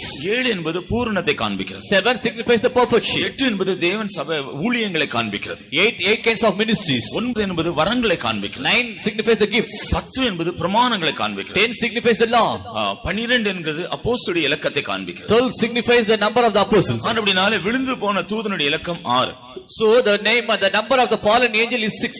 இங்கே 666 என்று சொல்வது அதனுடைய திருத்துவத்தை காண்பிக்கிறது. The 666 signifies the trinity of the fallen angel or devil. சாத்தானின் திருத்துவத்தினுடைய எண் தான் 666. 666 is the number of the trinity of the devil. பிரியமானவர்களே, நாம் இதை குறித்து அதிகமாக கேள்விப்படுகிறோம். இந்த நாட்டில் அதை குறித்து மிகவும் எச்சரிக்கையா இருக்க வேண்டியது அவசியம். Beloved people, we do hear often about this, but we should be very careful about this number. இந்த நாட்டில் அநேகர் இந்த எண்ணை அதிகமாக உபயோகப்படுத்த ஆரம்பித்து விட்டார்கள். In these days many had started to use this number.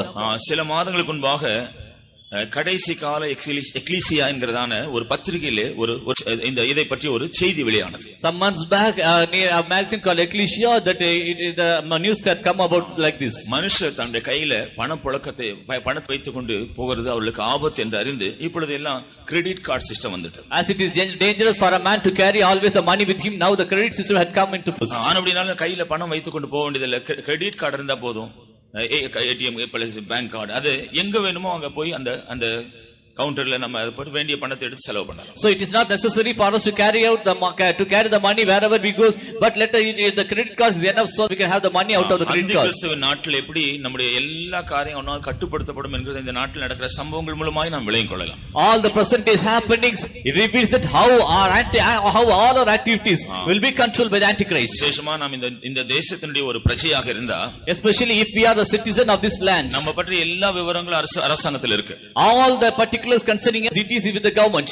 கர்த்தருக்கு ஸ்தோத்திரம். Praise the Lord. நாம் வேலை செய்கிறவர்களா இருந்தா நம்ம வேலை செய்கிற விவரம் எல்லாம் கூட அரசாங்கத்தில் இருக்கு. If you are working in somewhere else, then all the details concerning the work also will be in the government. இப்பொழுதெல்லாம் பெரிய நிறுவனங்களில் எல்லாம் கையில சம்பளம் கொடுக்கறது இல்ல. அவங்க சம்பளத்தை டைரக்டா பேங்க்ல டெபாசிட் பண்ணிடுவாங்க. இவங்க வேணும் போது போய் எடுத்துக்கொள்ளலாம். Now most of the companies that they do deposit the wages of the employees into the bank and they can go to the bank and take the money. அப்ப நம்முடைய எல்லா பண காரியங்கள் எல்லாம் ஒரு விதத்துல பார்த்தா அரசாங்கத்தின் கட்டுப்பாட்டுல தான் இருக்கு. So in some way all our money is controlled by the government. ஆனா கையில ஒரு சின்ன கார்டு இருந்தா போதும், எங்க வேணா நம்ம போகலாம், வேண்டிய பணம் எடுத்து நம்ம செலவழிக்கலாம். Only if you have keep a card with us, then we can go anywhere and we have money we can spend it. இந்த கிரெடிட் கார்டுலயும் சில டிராபேக்ஸ் இருக்கு என்று கண்டுபிடித்தார்கள். But now they have invented that there are some drawbacks in the credit card system also. சிலவேளை தொலைந்து போய்க்கூடும். Sometimes we may lose it. அல்லது வேறு மற்றவர்கள் எடுத்து அதை தவறாக உபயோகப்படுத்தக்கூடும். Or else other person might have taken it and they may use it wrongly. ஒருத்தர் credit card எடுத்துட்டு போய் அதுல அவங்க பணம் எடுக்கிறாள் என்றா அவங்க தான் அதனுடைய ஜெனியூன் பர்சன்.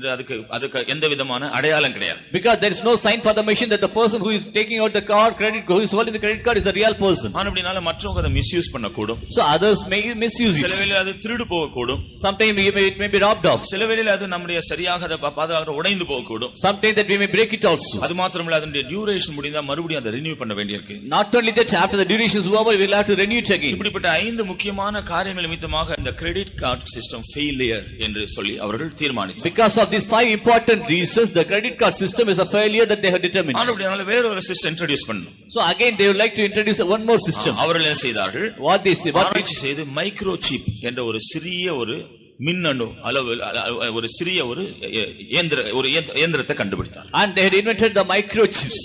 இந்த மைக்ரோ சிப் இயங்குவதற்காக ஒரு லித்தியம் சிறிய ஒரு பேட்டரி அதையும் அவர்கள் தயாரித்தார்கள். So in order for the working of the microchip they need a lithium battery. They have invented. இந்த மைக்ரோ சிப்ல ஒரு மனுஷனுடைய எல்லா விவரங்களும் அதுல அடங்கும்படியாக அதுல அவர்கள் ஃபீட் பண்றாங்க. And the microchip can have the information concerning about the particular person and they can feed it into that microchip. அதன் பின்பு அந்த இன்ஃபர்மேஷனை ரீட் பண்ண வேண்டும் என்றால் டிரான்ஸ்பாண்டர் என்ற ஒரு கருவியின் மூலமாக அதை அவர்கள் ரீட் பண்றாங்க. So to read the information and the transport to the instrument transponder that they read all the information. அந்த மைக்ரோசிப் ஃபங்க்ஷன் பண்ணா இந்த பேட்டரி பவர் வேணும்.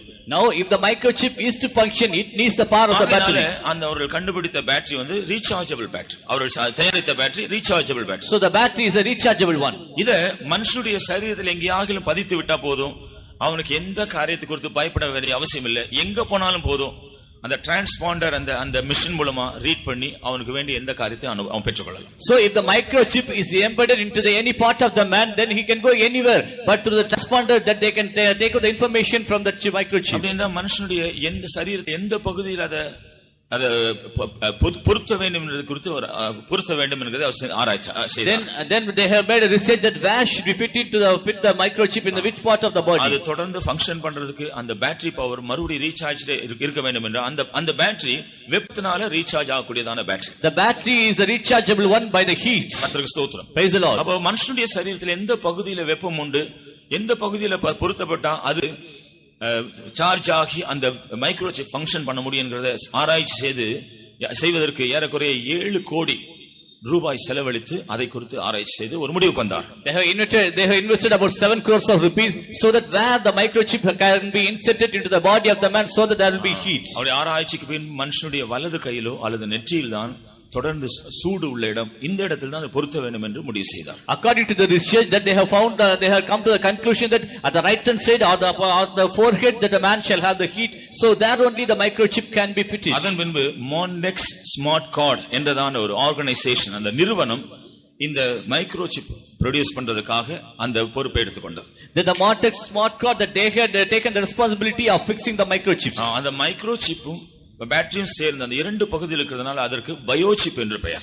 As it contains the microchip as well as the battery, it is called as the biochip. கர்த்தருக்கு ஸ்தோத்திரம். Praise the Lord. அப்ப இந்த பயோசிப்பை manufacture பண்றதுக்காக இந்த ஸ்மார்ட் கார்டு அந்த நிறுவனமானது மோட்டரோலா கம்பெனியை அவர் அணுகி அவர்கள் மூலமாக அதை தயாரிக்கிறார். To manufacture the biochip, they went to the Motorola company and so they asked them to manufacture it. இப்பொழுது ஏறக்குறைய 20 நாடுகள்ல 250க்கும் மேற்பட்ட கம்பெனிகள் இதை விநியோகித்து வருகின்றன. In about 20 countries, 250 and more companies, they are distributing these chips. கர்த்தருக்கு ஸ்தோத்திரம். Praise the Lord. சமீபத்தில் மாஸ்டர் கார்டு என்ற வேறொரு புதிய நிறுவனம் இந்த ஸ்மார்ட் கார்டு அந்த அவருடைய ஷேர்ஸ், நிறைய ஷேர்ஸ் அவங்க வாங்கி அவங்க அதை செய்து கொண்டிருக்கிறாங்க. Now the Mastercard company that now they had got the shares of the smart card and now they are manufacturing the biochips. ஒரு வருஷத்துல குறைந்தபட்சம் 100 கோடி பயோசிப்ஸ் அவர்கள் மேனுஃபேக்சர் பண்ண முடியும். In a single year that they can make about 100 crores of biochips. இது ஆராய்ச்சியில இப்பொழுது நடைமுறைக்கே வந்துவிட்டது. It is not only in the research form, now it has come to the practical form. ஏறக்குறைய 25 நாடுகள்ல இப்பொழுது அவைகள் உபயோகப்படுத்தப்பட்டு வருகிறதாம். Now it is also existing, it is also in use in about 25 countries. அதுல இந்தியாவும் ஒரு முக்கியமான நாடு. And India is also one of the important countries in that. கர்த்தருக்கு ஸ்தோத்திரம். Praise the Lord. சமீபத்தில் எங்க சபையிலிருந்து ஒருவர் சொன்னார், மெட்ராஸ்லயும் பல இடங்கள்ல அதெல்லாம் இப்போ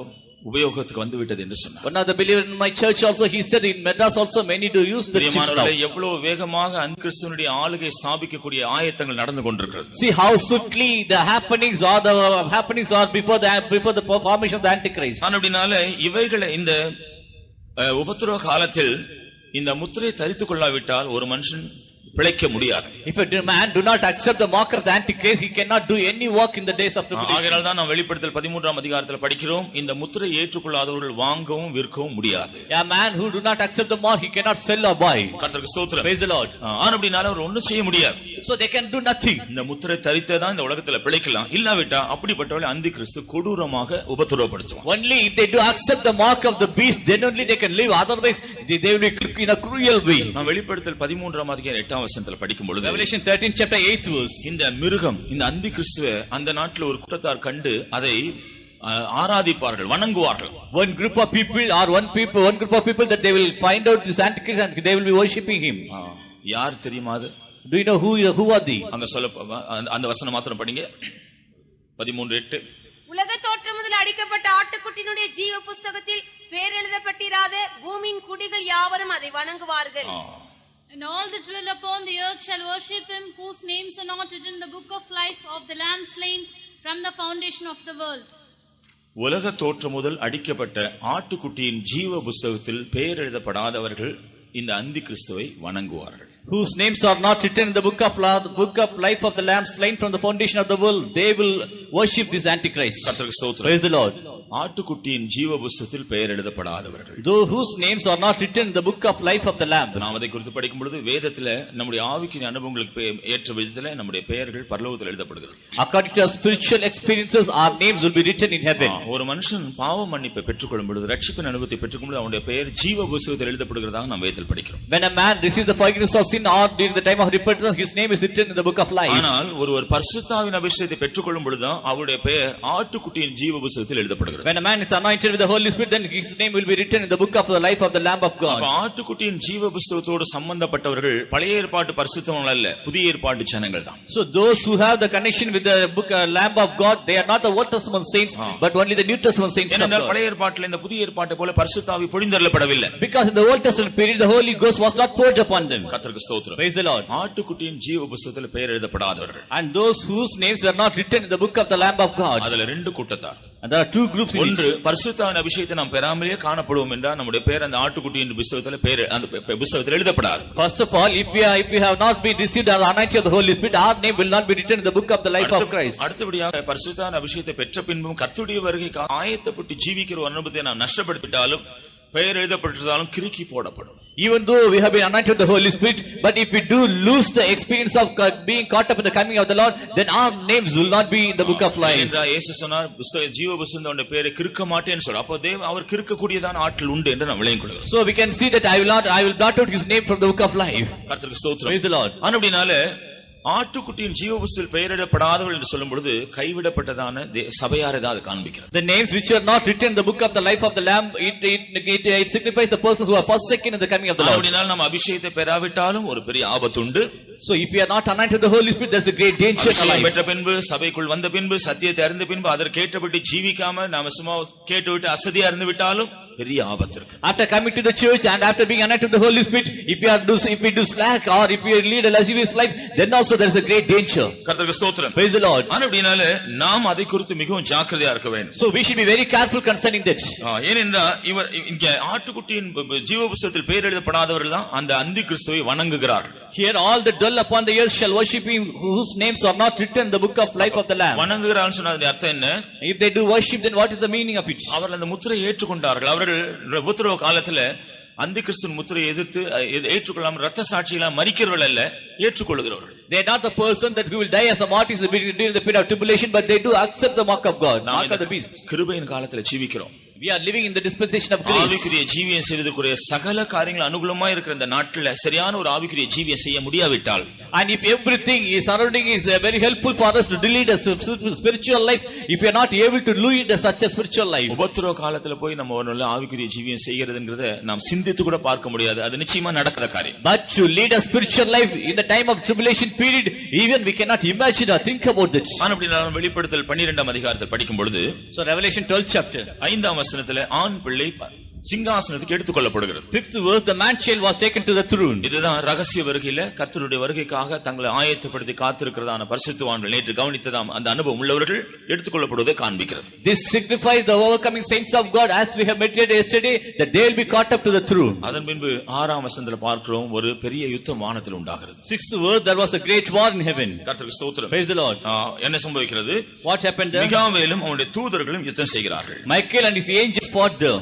யுத்தம் செய்து கடைசில பிசாசானவன் அந்த வலு சர்ப்பமானது கீழே தள்ளப்படுகிறது. And the dragon will be made to fall down. கர்த்தருக்கு ஸ்தோத்திரம். Praise the Lord. அந்த ஸ்திரீ அந்த ஆண் பிள்ளை சிங்காசனம் எடுத்துக்கொள்ளப்பட்ட பின்பு, after the man child was taken to the throne, 6ஆம் வசனத்தில் பார்க்கிறோம், ஸ்திரீ ஆனவள் வனாந்தரத்துக்கு ஓடி போனாள். In the 6th verse, the woman fled into the wilderness. இந்த இடத்துல ஸ்திரீ என்று சொல்றது சபையை காண்பிக்கிறது. Here the woman signifies the church. 12ஆம் அதிகாரம் 1ஆம் வசனத்துல படிக்கும் பொழுது, 12th chapter 1st verse, அந்த ஸ்திரீயை குறித்து நாம் படிக்கிறோம்.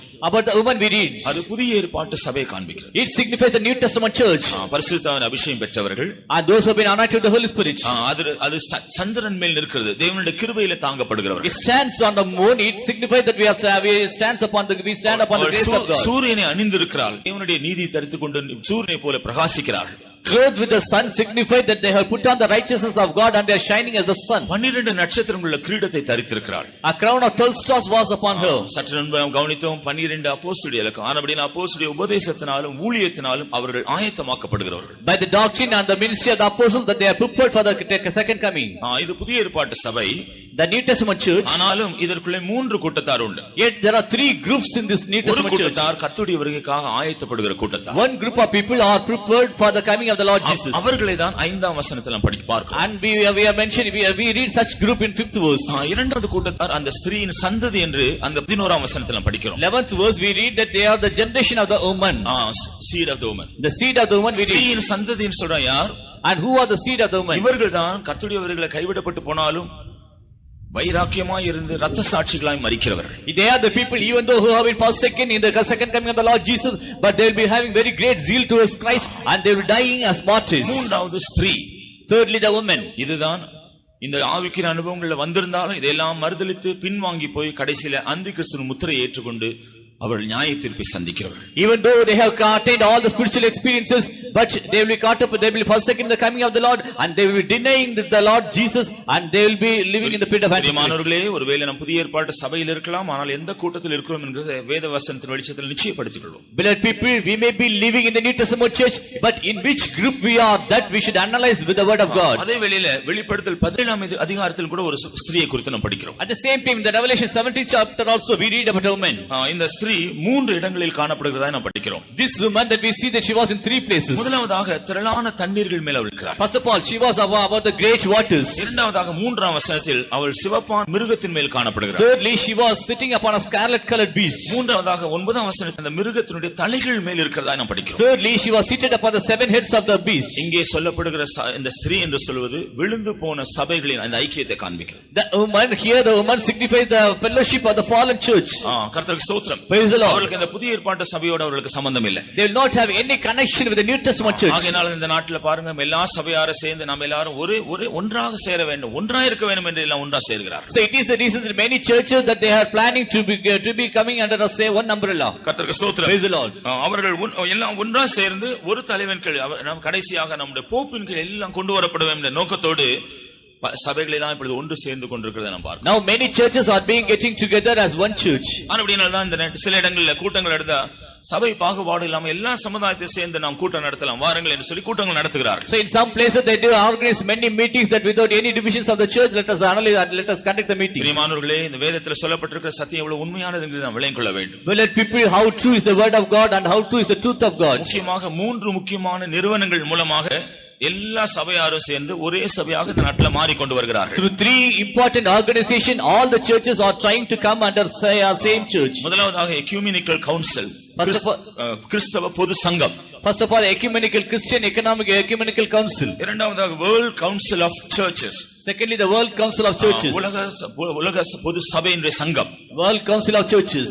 மூன்றாவதாக national Christian council. Thirdly, National Christian Council. தேசிய கிறிஸ்தவ சங்கம். இந்த மூன்று அம்சங்கள் நிறுவனங்கள் மூலமாக அல்லது இந்த மூன்று அமைப்புகள் நிமித்தமாக எல்லா சபையாரும் சேர்ந்து ஒரே சபையாக மாற்றப்பட்டு ஒரு தலைவர் கீழே வர வேண்டும் என்று அவர்கள் ஆயத்தப்படுகிறார். Now through these efforts of these three organizations, they are trying to come under as the same church. அந்தி கிறிஸ்துவின் நாட்களில் நாம் கவனித்தது போல இந்த சபைகளுடைய தலைவன் தான் கள்ள தீர்க்கதரிசியாக இருக்கிறான். During the days of Antichrist, the leader of these churches will be the false prophet.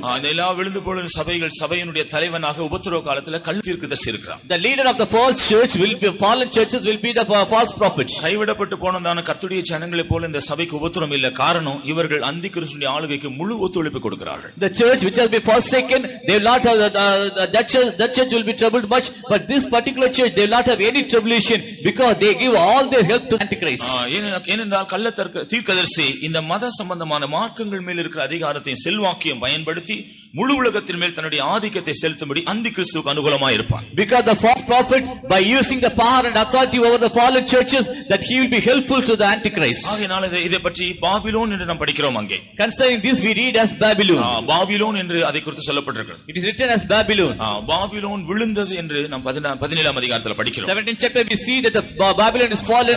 அதை காண்பிக்கிற சொன்னார் இரண்டாம் உபத்திரவ காலத்துல எவ்விதமாக இவர்கள் மேல் தேவனுடைய கோபாக்கினை நியாய தீர்ப்பு வரும் என்று அது காண்பிக்கிறது. How in the spirit of the second tribulation period, how the wrath of God shall come upon them. அப்படினால இரண்டு ஸ்திரீகளை நாம உபத்திரவ காலத்தில் பார்க்கிறோம். So in the period of tribulation we see two women.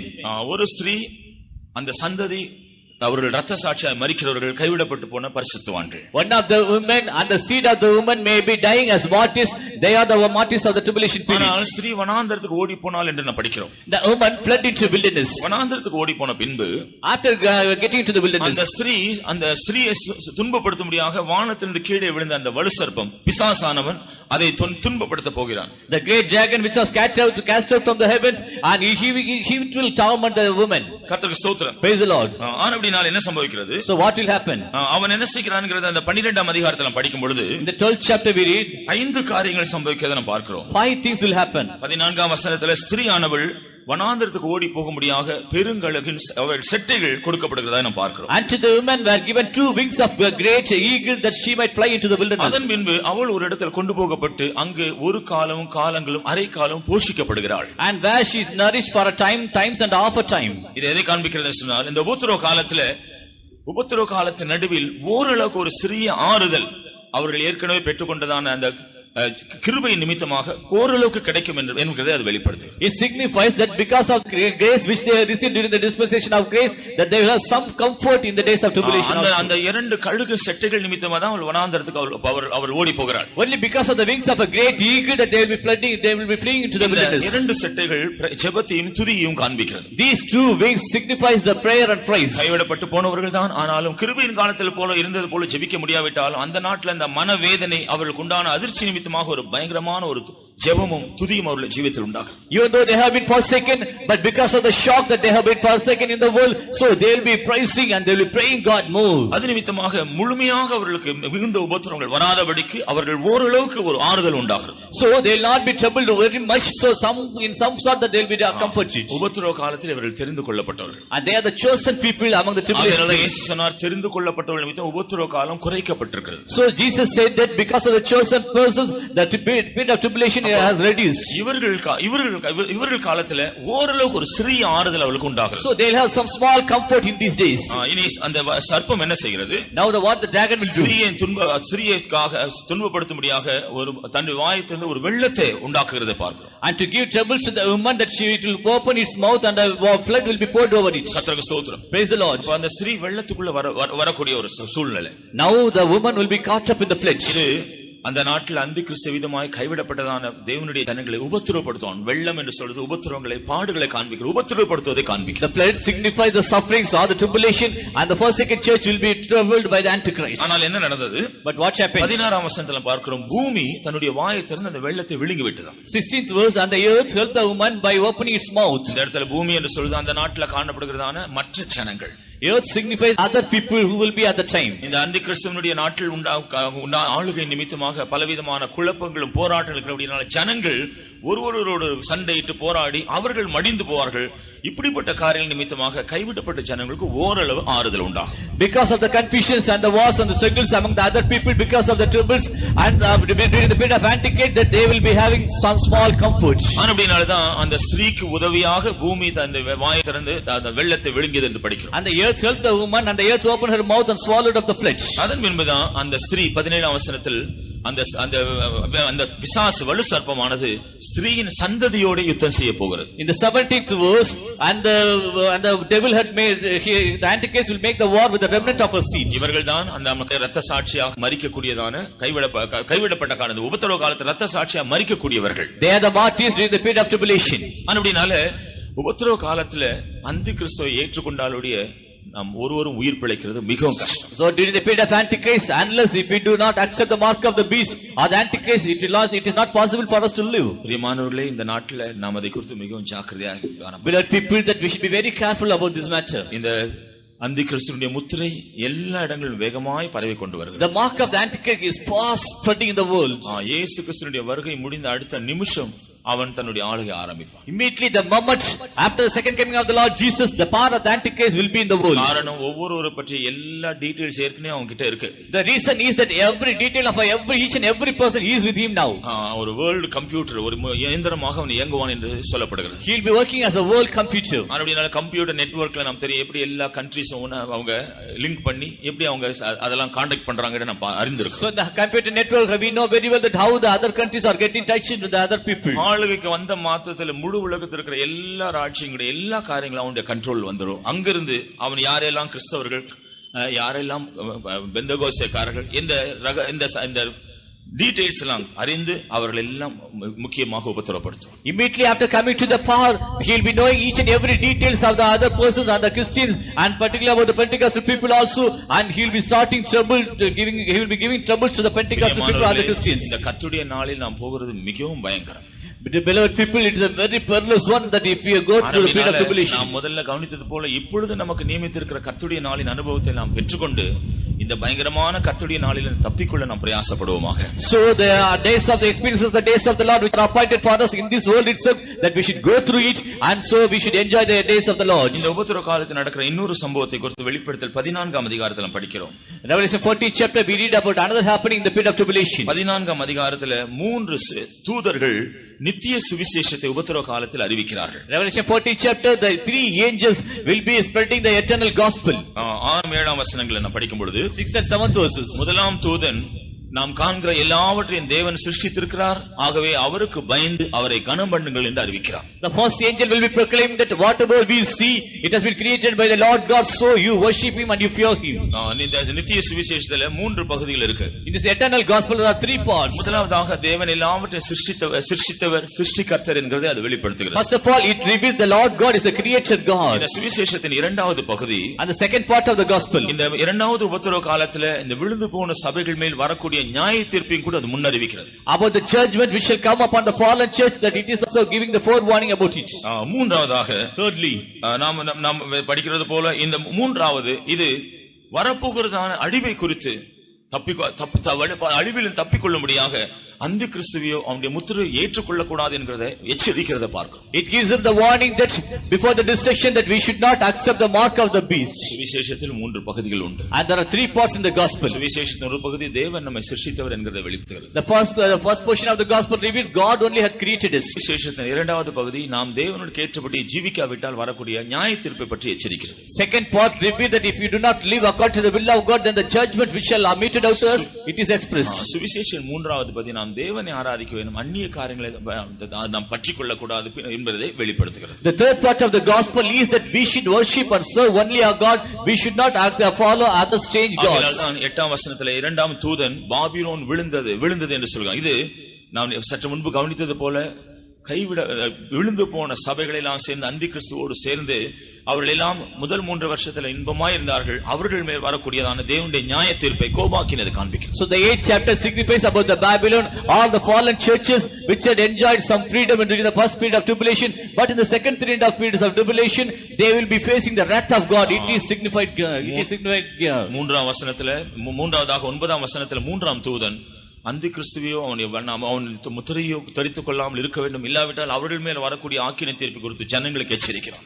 And here the third angel gives them the warning that if we do accept the mark of the beast, then the wrath of God will come upon them. அந்தி கிறிஸ்துவின் நாட்டில மீட்கப்படுவதற்காக தேவன் தூதர்களை கொண்டு சுவிசேஷத்தை அறிவிக்கிறார். During the days of Antichrist, that in order that we should be redeemed, the gospel will be revealed to us by the angel. ஏனென்றால் அந்த நாட்டில் இப்படிப்பட்ட கூட்டங்கள் எல்லாம் இருக்காது. Because in those days these meetings will not be held. கூட்டங்களை நடத்த வேண்டிய எல்லா ஊழியர்கள் பரலோகத்துக்கு போயிருப்பார்கள். All the servants of God who will be conducting the meeting, they will be in heaven. ஒருவேளை இந்த நாட்டில் கூட்டங்களுக்கு எல்லாம் போக விருப்பம் இல்லை, அன்றைக்கு பெரிய கூட்டத்துக்கு போன ரொம்ப அந்த ஐஸ்வர்யவான் பாதாளத்துல போயிட்டு எவ்வளவு ஆத்துவம் பாரம் வந்துச்சு, அத போல பாரம் வரும். ஆனா அதெல்லாம் வாய்ப்பு இல்லை. But as the rich man who had gone to hell, he had desired to go to the churches, but now there will be no chance. கர்த்தருக்கு ஸ்தோத்திரம். Praise the Lord. இவ்விதமாக நடக்கிற நாட்டில் So when these things are happening, யூதர்கள் அந்தி கிறிஸ்து தான் உண்மையான மேசியா என்று அவன் செய்கிற இந்த போலியான அடையாளங்களை கண்டு அவனோடு உடன்படிக்கை செய்கிறார். By seeing the false signs of the Antichrist, the Jews will be thinking that Antichrist will be the real Messiah, and they will be making the covenant with them. இவ்விதமாக உடன்படிக்கை செய்யும் பொழுது அவனும் அவர்களுக்கு அனுகூலமா இருக்கிறது போல அவன் காண்பித்து அந்த யூதருடைய ஆலயத்தை கட்ட அவர்களுக்கு உதவி செய்கிறார். As the Jews do make a covenant with the Antichrist will help them to build the temple again. இவ்விதமாக அவர்கள் ஆலயத்தை கட்டி முடிப்பார்கள். So they will be finishing the temple of God there. முதல் 3 வருஷத்தின் முடிவிலே அந்த ஆலயத்தின் அந்த வேலை முடிவடையும். At the end of the first 3.5 years of tribulation, the building will be closed. இதை தானியேல் 9ஆம் அதிகாரம் 25ஆம் வசனத்திலிருந்து 27ஆம் வசனம் முடிய படிக்கலாம். Daniel 9 chapter 25 to 27 we read. ஆனால் அந்த ஆலயத்தை கட்டி முடித்தவுடன் அந்திக்கிரது என்ன செய்வான்? But immediately after the temple of God is finished, what அவன் போய் ஆலயத்தில் உட்கார்ந்து கொண்டு நான் தான் தேவன் என்று சொல்வான். He will be sitting on the throne and he will be saying that I am the God.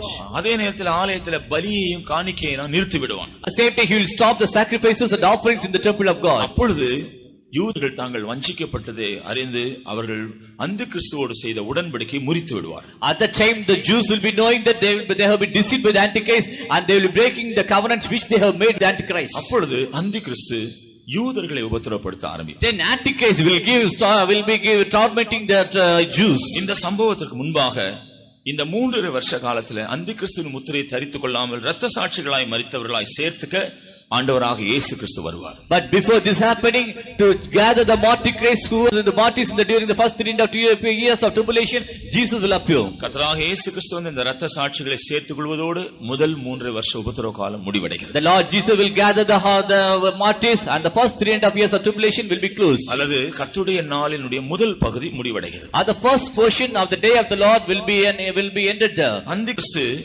யூதர்களை உபத்திரப்படுத்த ஆரம்பிக்கிறதோடு இரண்டாவது இந்த உபத்திரவ காலத்தின் இரண்டாவது பகுதி ஆரம்பிக்கிறது. From the beginning of the tribulation period for the Jews, the second period of 3.5 years of tribulation will start. அந்தி கிறிஸ்து மிக அதிகமாக அவர்களை கொடுமைப்படுத்துவார். Antichrist will give troubles to them. அப்பொழுது உண்மையான கர்த்தராக இயேசு கிறிஸ்து தம்முடைய இரத்த சாட்சிகளை சேர்க்கும்படியாக மத்திய ஆகாயத்தில் வெளிப்படுகிறார். At that time the Lord Jesus to gather the martyrs that he will be appearing in the mid heaven. அவர் மேகங்களோடு வருகிறதை கண்டு கண்கள் யாவும் காணும், அவரை காண்கிற கண்கள் யாவும் புலம்பும் என்று நாம் தீர்க்கதரிசி சொல்றதை படிக்கிறோம். And the prophet had said that that he will be coming in the clouds and all the eyes will be seeing him.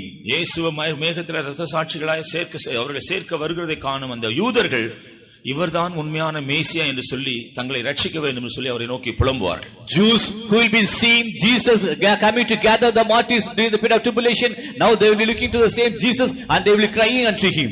அந்த நாட்களில் அவர்கள் மேல் கிருபையின் ஆவியும் விண்ணப்பங்களின் ஆவியும் ஊற்றப்படுகிறது. And the spirit of grace and the spirit of supplication will be poured upon the Jews. சகரியா 12 அதிகாரம் 10 வசனத்தில் நாம் அதை படிக்கிறோம். Zechariah 12 chapter 10th verse. அவளது குடும்பமாக கோத்திரமாக அவர்கள் புலம்புவார்கள், ஆண்டவரை நோக்கி விண்ணப்பம் செய்வார்கள் என்று நாம் படிக்கிறோம். That families by families and tribe by tribe that they will be making prayers unto the Lord. கர்த்தருக்கு ஸ்தோத்திரம். Praise the Lord. இந்த அந்தி கிறிஸ்து இவ்விதமாக உபத்திரப்படுத்துகிற நாட்டில் இவ்விதமாய் புலம்புகிறவர்கள், அவரை நோக்கி கூப்பிடுகிறவர்களை அந்தி கிறிஸ்துவின் உபத்திரவத்தில் இருந்து பாதுகாக்கும்படியாக தேவன் தம்முடைய தூதனை அனுப்பி அவர்களை எல்லாம் முத்திரையிடுவார். Then the Lord God will send his angel and he will mark some of the persons among the Jews, those who do cry unto him. கர்த்தருக்கு ஸ்தோத்திரம். Praise the Lord. இங்கே வெளிப்படுத்தின 7 அதிகாரம் முதல் 11 வசனங்கள்ல நாம் இதை குறித்து படிக்கிறோம். Revelation 7 chapter first 13 verses we read. முதல் 8 வசனங்களை நாம் அதை குறித்து படிக்கிறோம். First 8 verses we read so. இஸ்ரவேலுடைய ஒவ்வொரு கோத்திரத்திலும் இருந்து 12000 பேர் முத்திரை போடப்படுகிறார். About 12,000 people from every tribe of Israel they will be marked. இவர்கள் அந்தி கிறிஸ்துவின் உபத்திரவத்திலிருந்து பாதுகாக்கப்படும்படியாகவும் 1000 வருஷ அரசாட்சியிலே பிரஜைகளாய் காணப்படும்படியாகவும் பாதுகாக்கப்படுகிறார்கள். To be preserved during the period of the tribulation of the Antichrist and to be as a citizen on the period of the millennium, that they will be preserved. அதே வேளையில at the same time அந்தி கிறிஸ்துவை வணங்கினவர்கள், those who had worshipped the beast, அந்தி கிறிஸ்துவோடு சேர்ந்து காணப்பட்டவர்கள் எல்லாருக்கும் 2-3 வருஷ காலத்துல நியாயம் இருக்கும்படி தேவன் தம்முடைய கோபத்தை தம்முடைய பூமியின் மேல் ஊற்றுவார்.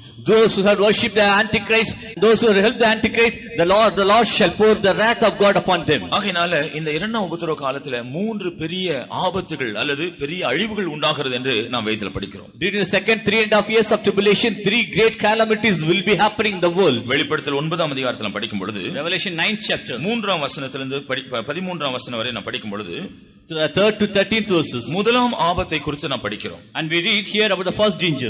என்ன சம்பவிக்கிறது? What happened?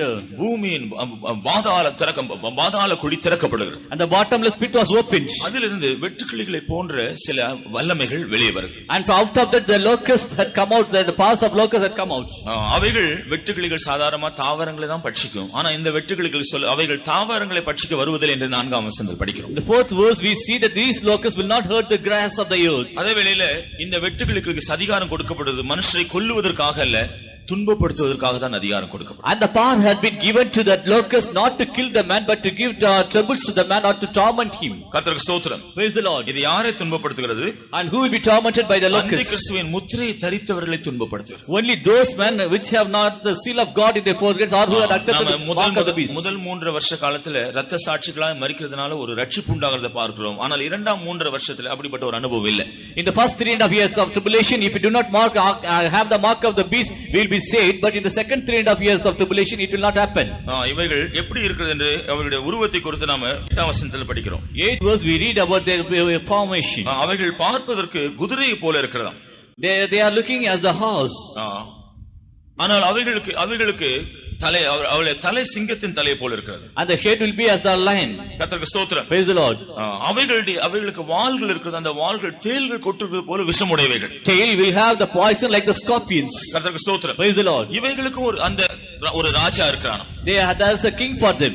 அவன் பாதாளத்தின் தூதன் என்று அழைக்கப்படுகிறான். And he is called as the angel of the hell. கர்த்தருக்கு ஸ்தோத்திரம். Praise the Lord. இவனுடைய தலைமையின் கீழ் அவைகள் 5 மாதம் மனுஷரை கொடுமையாய் தண்டிக்கும்படியாக அவர்கள் அனுப்பப்படுகிறார். Under his power, the 5 months that the people will be tormented. கர்த்தருக்கு ஸ்தோத்திரம். Praise the Lord. அப்பொழுது நாம் 6ஆம் வசனம் படிக்கிறோம். ஜனங்கள் சாவை விரும்புவார்கள், சாவு அவர்களை விட்டு ஓடிப்போம். 6th verse, in those days shall men seek death and shall not find it. இந்த வேதனைகளை எல்லாம் தாங்க முடியாமல் செத்தா நல்லா இருக்குன்னு பாப்பாங்க, சாவு வராது. ஆகையால தேவனை தூஷிப்பார்கள். And not able to bear all these sufferings, they will be having the desire to die, but they will not die. கர்த்தருக்கு ஸ்தோத்திரம். Praise the Lord. இவ்விதமாக அவர்கள் குறிப்பிட்ட காலம் அவர்கள் உபாதிக்கப்படுகிறார்கள், வேதனைப்படுத்தப்படுகிறார்கள். So for a particular period they will be tormented. இதுதான் முதலாவது ஆபத்து என்று சொல்லப்படுகிறது. This is mentioned as the first danger. 13ஆம் வசனத்தை நாம் பார்க்கும்போது 13th verse. 12ஆம் வசனத்தில் இரண்டாவது ஆபத்து வருகிறதை நாம் பார்க்கிறோம். And there were second danger. இரண்டாவது ஆபத்து சம்பவிக்கும் போது என்ன நடக்கிறது? What will happen during the second woe? ஐப்ராத் என்கிற நதியின் இடத்திலே கட்டப்பட்டிருக்கிற 4 தூதர்கள் அவிழ்த்து விடப்படுகிறார்கள். And 4 angels who were at the river of Euphrates, they will be spread out. அவர்கள் புறப்பட்டு வந்து பூமியில் இருக்கிற ஜனங்களில் 3 ஒரு பங்கை அழித்து போடும்படியாக அவர்கள் அனுப்பப்படுகிறார்கள். And they were sent into the world to destroy 1/3 of the people in the world. அவர்கள் புறப்பட்டு வரும்போது ஒரு பெரிய சேனையாக, ஒரு குதிரை வீரரோடு கூடிய சேனையாக இருக்கிறத நாம் 16ஆம் வசனத்தில் படிக்கிறோம். 16th verse we read that they will be coming as the horsemen. அவருடைய எண்ணிக்கை 20 கோடி என்று சொல்லி இருக்கிறது. Their numbers is 20 crores. அவர்களுடைய வாயிலிருந்து அக்கினி புறப்பட்டு மனுஷரை சுட்டெரிக்கிறது. And the fire will be coming out of the mouth and it will be burning the man. அக்கினியும் புகையும் கந்தகம் அவருடைய வாயிலிருந்து புறப்பட்டு இவைகளினால் தான் மனுஷர் வேதனைப்படுத்தப்பட்டு அழிக்கப்படுகிறார். And fire and of jacinth and brimstone will be coming out of the mouth, and by that the people will be destroyed. கர்த்தருக்கு ஸ்தோத்திரம். Praise the Lord. அது மாத்திரம் அவருடைய வாய் மாத்திரம் இல்லை, அவருடைய வால் கூட மனுஷரை தாக்கும்படியாக வல்லமையுடையதாக இருக்கிறது. Even the tail had the power to attack the man. இவ்விதமாக அந்த நாட்டில் இருக்கிற பூமியில் இருக்கிற மனுஷரில் 3 ஒரு பகுதி இந்த இவைகளினாலே அழிக்கப்படுகிறார். So 1/3 of the people of the time they will be destroyed by this. அந்த வேளையில் கர்த்தர் என்ன செய்கிறார்? At that time what the Lord will do?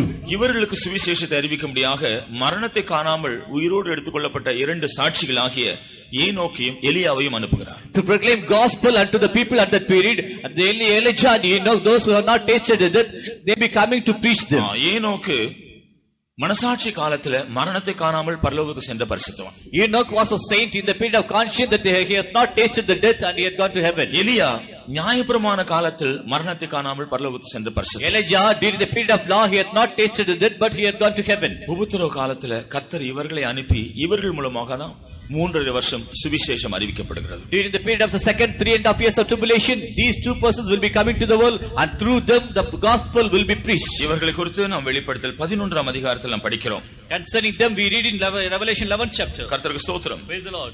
வெளிப்படுத்தல் 11ஆம் அதிகாரத்தில் இவர்கள் விதமாக வந்து இந்த பூமியில ஊழியம் செய்கிறார்கள் என்பதை குறித்து நாம் அவர்களை குறித்து படிக்கிறோம். In the Revelation 11th chapter we read how Elijah and Enoch will be coming and they will be spreading the gospel. அந்த நாட்டில் அவர்களுக்கு சில விசேஷமான அதிகாரங்கள் கொடுக்கப்படுகிறது. Some special powers will be given to them. யாராவது அவளை தாக்க வேண்டும் என்று விரும்பினால் இவருடைய வாயிலிருந்து அக்கினி புறப்பட்டு போய் அவளை அழித்து போடும். If any man comes to destroy them, immediately the fire will proceed out of their mouth and they will be destroyed. கர்த்தருக்கு ஸ்தோத்திரம். Praise the Lord. மழை பெய்யாதபடி வானத்தை அடைக்கவும் மழை செய்யும்படி வானத்தை கட்டளையிலும் அவளுக்கு அதிகாரம் இருக்கு. They'll have the power to stop the rain and to pour the rain.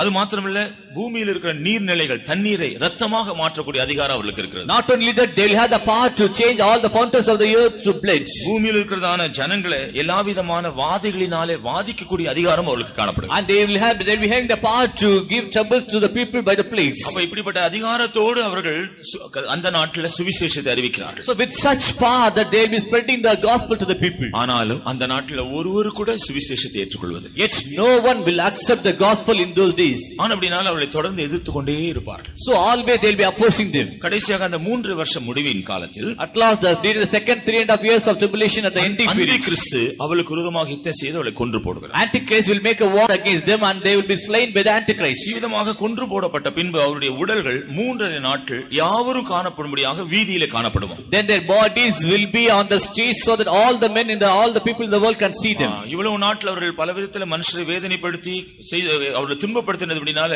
இவர்கள் மரித்து போனதை கொண்டு பூமியில் இருக்கிற எல்லா கோத்திரத்தார் கண்டு சந்தோஷப்படுவார்கள். So because of the plagues which were brought to the people by them, now as they have been slain, all the people of the world will be enjoying their death. கர்த்தருக்கு ஸ்தோத்திரம். Praise the Lord. அப்ப இரண்டாம் ஆபத்தில் in the second woe 4 தூதர்கள் மூலமாக அவர்கள் கட்டவிழ்க்கப்பட்டு பூமியில் இருக்கிற ஜனங்கள் அழிக்கப்படும்படியாக ஒரு அழிவு உண்டாகிறது. Through the 4 angels that there will be destruction by the angels. இந்த 2 சாட்சிகள் இவர்கள் மூலமாக ஒரு கூட்டத்தார் அழிக்கப்படுகிறார். And by the 2 witnesses also one group of people will be destroyed. கடைசியாக 3.5 நாளைக்கு பின்பு பரலோகத்திலிருந்து அவர்களுக்கு ஆவி வந்து அவர்கள் பரலோகத்துக்கு ஏறி போகிறார். At last after the 3.5 days and the spirit of heaven will enter in them and they will be quickened. இதோடு இரண்டாவது ஆபத்து முடிவடைகிறதை நாம் பார்க்கிறோம். And the second woe will be ended with it. இனி மூன்றாம் ஆபத்து ஆரம்பிக்கிறது. Now the third woe will start. கர்த்தருக்கு ஸ்தோத்திரம். Praise the Lord. மூன்றாவது ஆபத்தை குறித்து நாம் வெளிப்படுத்தல் 16ஆம் அதிகாரத்தில் படிக்கிறோம். Revelation 16th chapter we read about the third woe. இந்த மூன்றாம் ஆபத்து நாட்களில் தான் தேவனுடைய கோபாக்கினை இந்த பூமியிலே ஊற்றப்படுகிறதை பார்க்கிறோம். During the third woe, the wrath of God shall be poured upon the earth. அதனால் உண்டாகிற பலவிதமான அழிவுகளை குறித்து அந்த அதிகாரத்தில் நாம் படிக்கிறோம். Many kinds of destruction because of the wrath of God, we read it in that chapter. இரண்டாம் வசனத்திலே பூமியானது 1/3 பங்கு அழிக்கப்படுகிறது. Second verse, 1/3 of the portion of the earth will be destroyed. அது பூமியில் இருக்கிற ஜனங்களை தான் காண்பிக்கிறது. It signifies the people who will be in the world. மூன்றாம் வசனத்திலே சமுத்திரத்தில் 1/3 பங்கு அதில் இருக்கிற கப்பல்கள் ஜீவராசிகள் எல்லாம் அழிக்கப்படுகிறது. Thirdly, every living soul, 1/3 of the living soul, the sea will be died. நான்காம் வசனத்திலே ஆறுகள் மற்றும் நீர்நிலைகள் எல்லாம் பாதிக்கப்பட்டு ஒரு அழிவு உண்டாகும். Fourth verse, the rivers and fountains will be troubled and they will be affected. 8ஆம் 9ஆம் வசனங்களிலே தேவனுடைய கோபாக்கினை ஊற்றப்படும் பொழுது சந்திரனும் சூரியனும் கூட இருளடைந்து 1/3 பங்கு பூமியில் இருளடைந்து போகிறது. And sun and moon will be darkened and 1/3 of the earth will be dark. 12ஆம் வசனத்தில் 16ஆம் வசனம் முடிய படிக்கும் பொழுது அந்தி கிறிஸ்துவின் மேலும் கள்ளத்தற்கு தீர்க்கதரிசியின் மேலும் கூட தேவனுடைய கோபாக்கினை ஊற்றப்பட்டு அவர்களும் அவர்கள் பாதிக்கப்பட்டு அடிக்கப்படுகிறார். 12 to 16th verses we read the wrath of God shall be poured upon the Antichrist and upon the false prophet and they also will be troubled. இப்படிப்பட்ட காரியங்கள் எல்லாம் சம்பவிக்கும் பொழுது while these things are happening, அந்தி கிறிஸ்து தன்னுடைய முழு உலகத்தில் அதிகாரத்தை செலுத்திக் கொண்டிருக்கிறபடினால as Antichrist has the power over all the world, தேவனுக்கும் அவருடைய பரிசுத்தவானுக்கு விரோதமாக யுத்தம் செய்யும்படியாக முழு உலகத்திற்கு தன்னுடைய எல்லா சேனையும் கூட்டுவான். to make war with God and the saints of God, he will gather all the nations of the world. 17ஆம் வசனத்தில் நாம் அதை குறித்து படிக்கிறோம். 17th verse we read soon. கர்த்தருக்கு ஸ்தோத்திரம். Praise the Lord. இவர்கள் எல்லாரும் அர்மகதோன் என்கிற இடத்திலே கூடுகிறார்கள். They all will be gathering in the place called Armageddon. Armageddon என்கிற இடத்தில் அவர்கள் கூடி இவர்கள் அங்கே ஒரு யுத்தம் நடக்கிறது. And they will be gathering in the place of Armageddon, there the war will be. இதுதான் அர்மகதோன் யுத்தம் என்று நாம் பார்க்கிறோம். This is called as the war at Armageddon. சரித்திர பிரகாரமாக இதை குறித்து பார்க்கும் பொழுது 3வது உலக யுத்தம் என்று சொல்கிறார்கள். In a historical way, if we say, it is called as a third world war. கர்த்தருக்கு ஸ்தோத்திரம். Praise the Lord. இந்த யுத்தத்திலே ஆண்டவர் என்ன செய்கிறார்? In this war, what the Lord will do? எல்லா ஆகாயத்து பறவைகளையும் ஒரு பெரிய விருந்து கொடுக்கும்படியாக கூப்பிடுகிறார். All the fowls of the air will be recalled for a great feast. கர்த்தருக்கு ஸ்தோத்திரம். Praise the Lord. ஒரு பெரிய விருந்து கொடுக்கும்படியாக எல்லா ஆகாயத்து பறவைகளை எல்லாம் கர்த்தர் கூப்பிடுகிறார். For a great feast, all the fowls of the air will be called. அவைகள் எல்லாரும் அந்த யுத்தம் ஆரம்பிக்கிறது. And then the war will start. அந்தி கிறிஸ்துவும் கள்ளத்தீர்க்கதரிசியும் வலு சர்ப்பமும் மற்றவனுடைய அவனை பின்பற்றுகிற எல்லா ஜனங்களும் இயேசுவுக்கும் பரிசுத்தவான்களுக்கு விரோதமாக யுத்தம் செய்வார். Antichrist and the false prophet and the dragon, that they all along with all the hosts of them, they will be fighting against the saints of God and God. கர்த்தருக்கு ஸ்தோத்திரம். Praise the Lord. இதை குறித்து நாம் வெளிப்படுத்தல் 19ஆம் அதிகாரத்தில் நாம் பார்க்கிறோம். Revelation 19th chapter 16ஆம் வசனத்தில் படிக்கிறோம், அவர் ராஜாதி ராஜாவாக கர்த்தாதி கர்த்தராக யுத்தம் செய்ய இறங்கி வருகிறார். And as the King of Kings and the Lord of Lords, that he will be coming to make war. அவரோடு கூட பரலோகத்தில் உயிர்த்தெழுந்த போய் பரலோகத்தில் காணப்படுகிற பரிசுத்தவான்கள் அவர்கள் வெண்வஸ்திரம் தரித்து ஒரு பெரிய சேனையாக இந்த யுத்தத்துக்கு வருகிறார்கள். Along with the Lord Jesus and the saints of God who are in heaven, by having the white apparel, that they will be coming with Jesus to make the war. அப்பொழுதுதான் சூரியன் இருக்கிறதான ஒரு தூதன் சொல்கிறான், ஆகாயத்தில் இருக்கிற எல்லா பறவைகளையும் தேவன் உங்களுக்கு கொடுக்க போகிறதான ஒரு பெரிய விருந்துக்கு வாருங்கள் என்று கூப்பிடுகிறது 17-18 வசனங்கள் நாம் படிக்கிறோம். 17th and 18th verse we saw an angel inviting all the fowls of the air for the feast. கடைசியிலே யுத்தத்திலே அந்தி கிறிஸ்துவும் கள்ளத்தீர்க்கதரிசி பிடிக்கப்பட்டு உயிரோடு அக்கினி கடல் தள்ளப்படுகிறதை 18ஆம் வசனத்தில் 19ஆம் வசனத்தில் படிக்கிறோம். 19th verse we read that the antichrist and the false prophet that they will be caught alive and they will be put into the lake of fire. 19ஆம் 20ஆம் வசனங்களிலே அவர் அதை படிக்கிறோம்.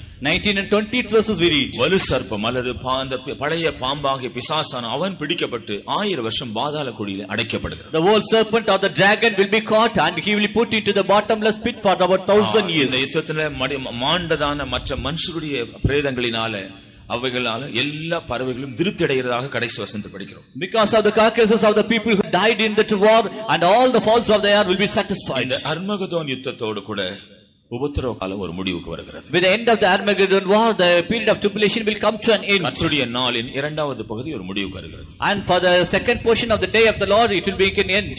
அப்படினால கர்த்தருடைய நாளின் முதல் பகுதி வருகையில போகாமல் கைவிடப்பட்டு போகிற கர்த்தருடைய ஜனங்கள் அல்லது கிறிஸ்தவர்களுக்குரியது. The first portion of the day of the Lord belongs to the first second church. இரண்டாவது பகுதி யூதர்களுக்கு உரியது. Second part belongs to the Jews. அது மாத்திரமல்ல அந்தி கிறிஸ்துவின் முத்திரை தரித்துக்கொண்டு அவனை பின்பற்றுகிற எல்லாருக்கும் இரண்டாவது பகுதியில உபத்திரவம். Not only that, all the people, those who have accepted the mark of the beast, for them the second period of tribulation will be. இந்த சம்பவங்கள் ஏராளமாய் உண்டு. ஆனால் நான் எல்லாவற்றையும் சொல்லாம நான் சுருக்கமாக சில காரியங்களை தான் சொல்லி கொண்டு போயிருக்கிறேன். There are many things will happen at the time, but in a very short way I have told you. கர்த்தருக்கு ஸ்தோத்திரம். Praise the Lord. பிரியமானவர்களே, நாம் நம்முடைய ஜீவியத்தை குறித்து சற்று சிந்திக்க வேண்டியது அவசியமா. Beloved people, it is necessary that we should think about our own life. நாம் இந்த கர்த்தருடைய நாளில் போகிறது நம்ம பற்றி கர்த்தருக்கு சித்தம் இல்லாத ஒரு விஷயம். It is not the desire of the Lord that we should go into the day of the Lord. நாம் இந்த மூன்றாவது ஆபத்து எவ்விதமாக தேவனுடைய கோப கலசங்கள் ஊற்றப்படுகிறதால் உண்டாகிற பல அழிவுகளை நாம் பார்க்கிறோம். And we read about the third woe and we read about the vials of God which shall be poured upon the earth. அதே நேரத்தில் at the same time வெளிப்படுத்தல் 11ஆம் அதிகாரத்தில் படிக்கும் பொழுது Revelation 13 chapter 19ஆம் வசனத்தில் ஒரு பெரிய ஒரு பூமி எதிர்ச்சி உண்டாகுமா. 19th verse there will be a great earthquake.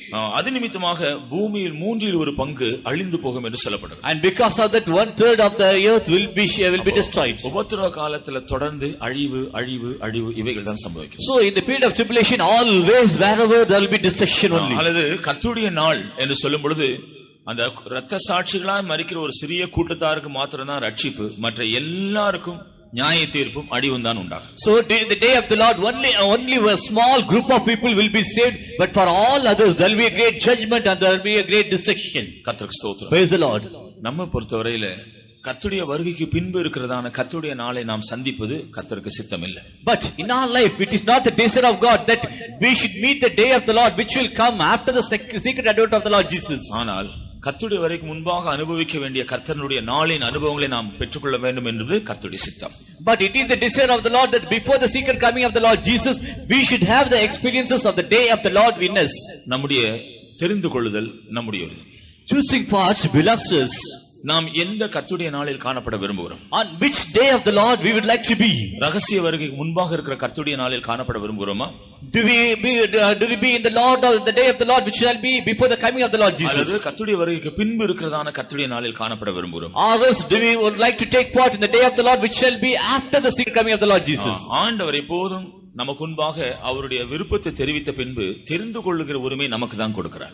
Always the Lord is telling us his desire, but the choosing part it always completely belongs to us. ஆனபடினால இரண்டு விதமான கர்த்தருடைய நாளின் அனுபவங்களை இன்றைக்கு நாம் கேட்டோம். So we heard about two kinds of experiences of the days of the Lord. ஒன்று கர்த்தருடைய வருகைக்கு முன்பாக நாம் அனுபவிக்க வேண்டிய கர்த்தருடைய நாளின் அனுபவங்கள். The first one, the experiences which we shall experience before the secret coming of Jesus. மற்றொன்று கர்த்தருடைய வருகைக்கு பின்பு சம்பவிக்க போகிறதான உபத்திரவ காலத்தில் நடக்கிற காரியங்கள். Secondly, the things which shall happen after during the period of tribulation, and that is also before the day of the Lord. நாம் இந்த இரண்டு கர்த்தருடைய நாளில் எதை தெரிந்து கொள்ள போகிறோம்? Which day that we are going to choose?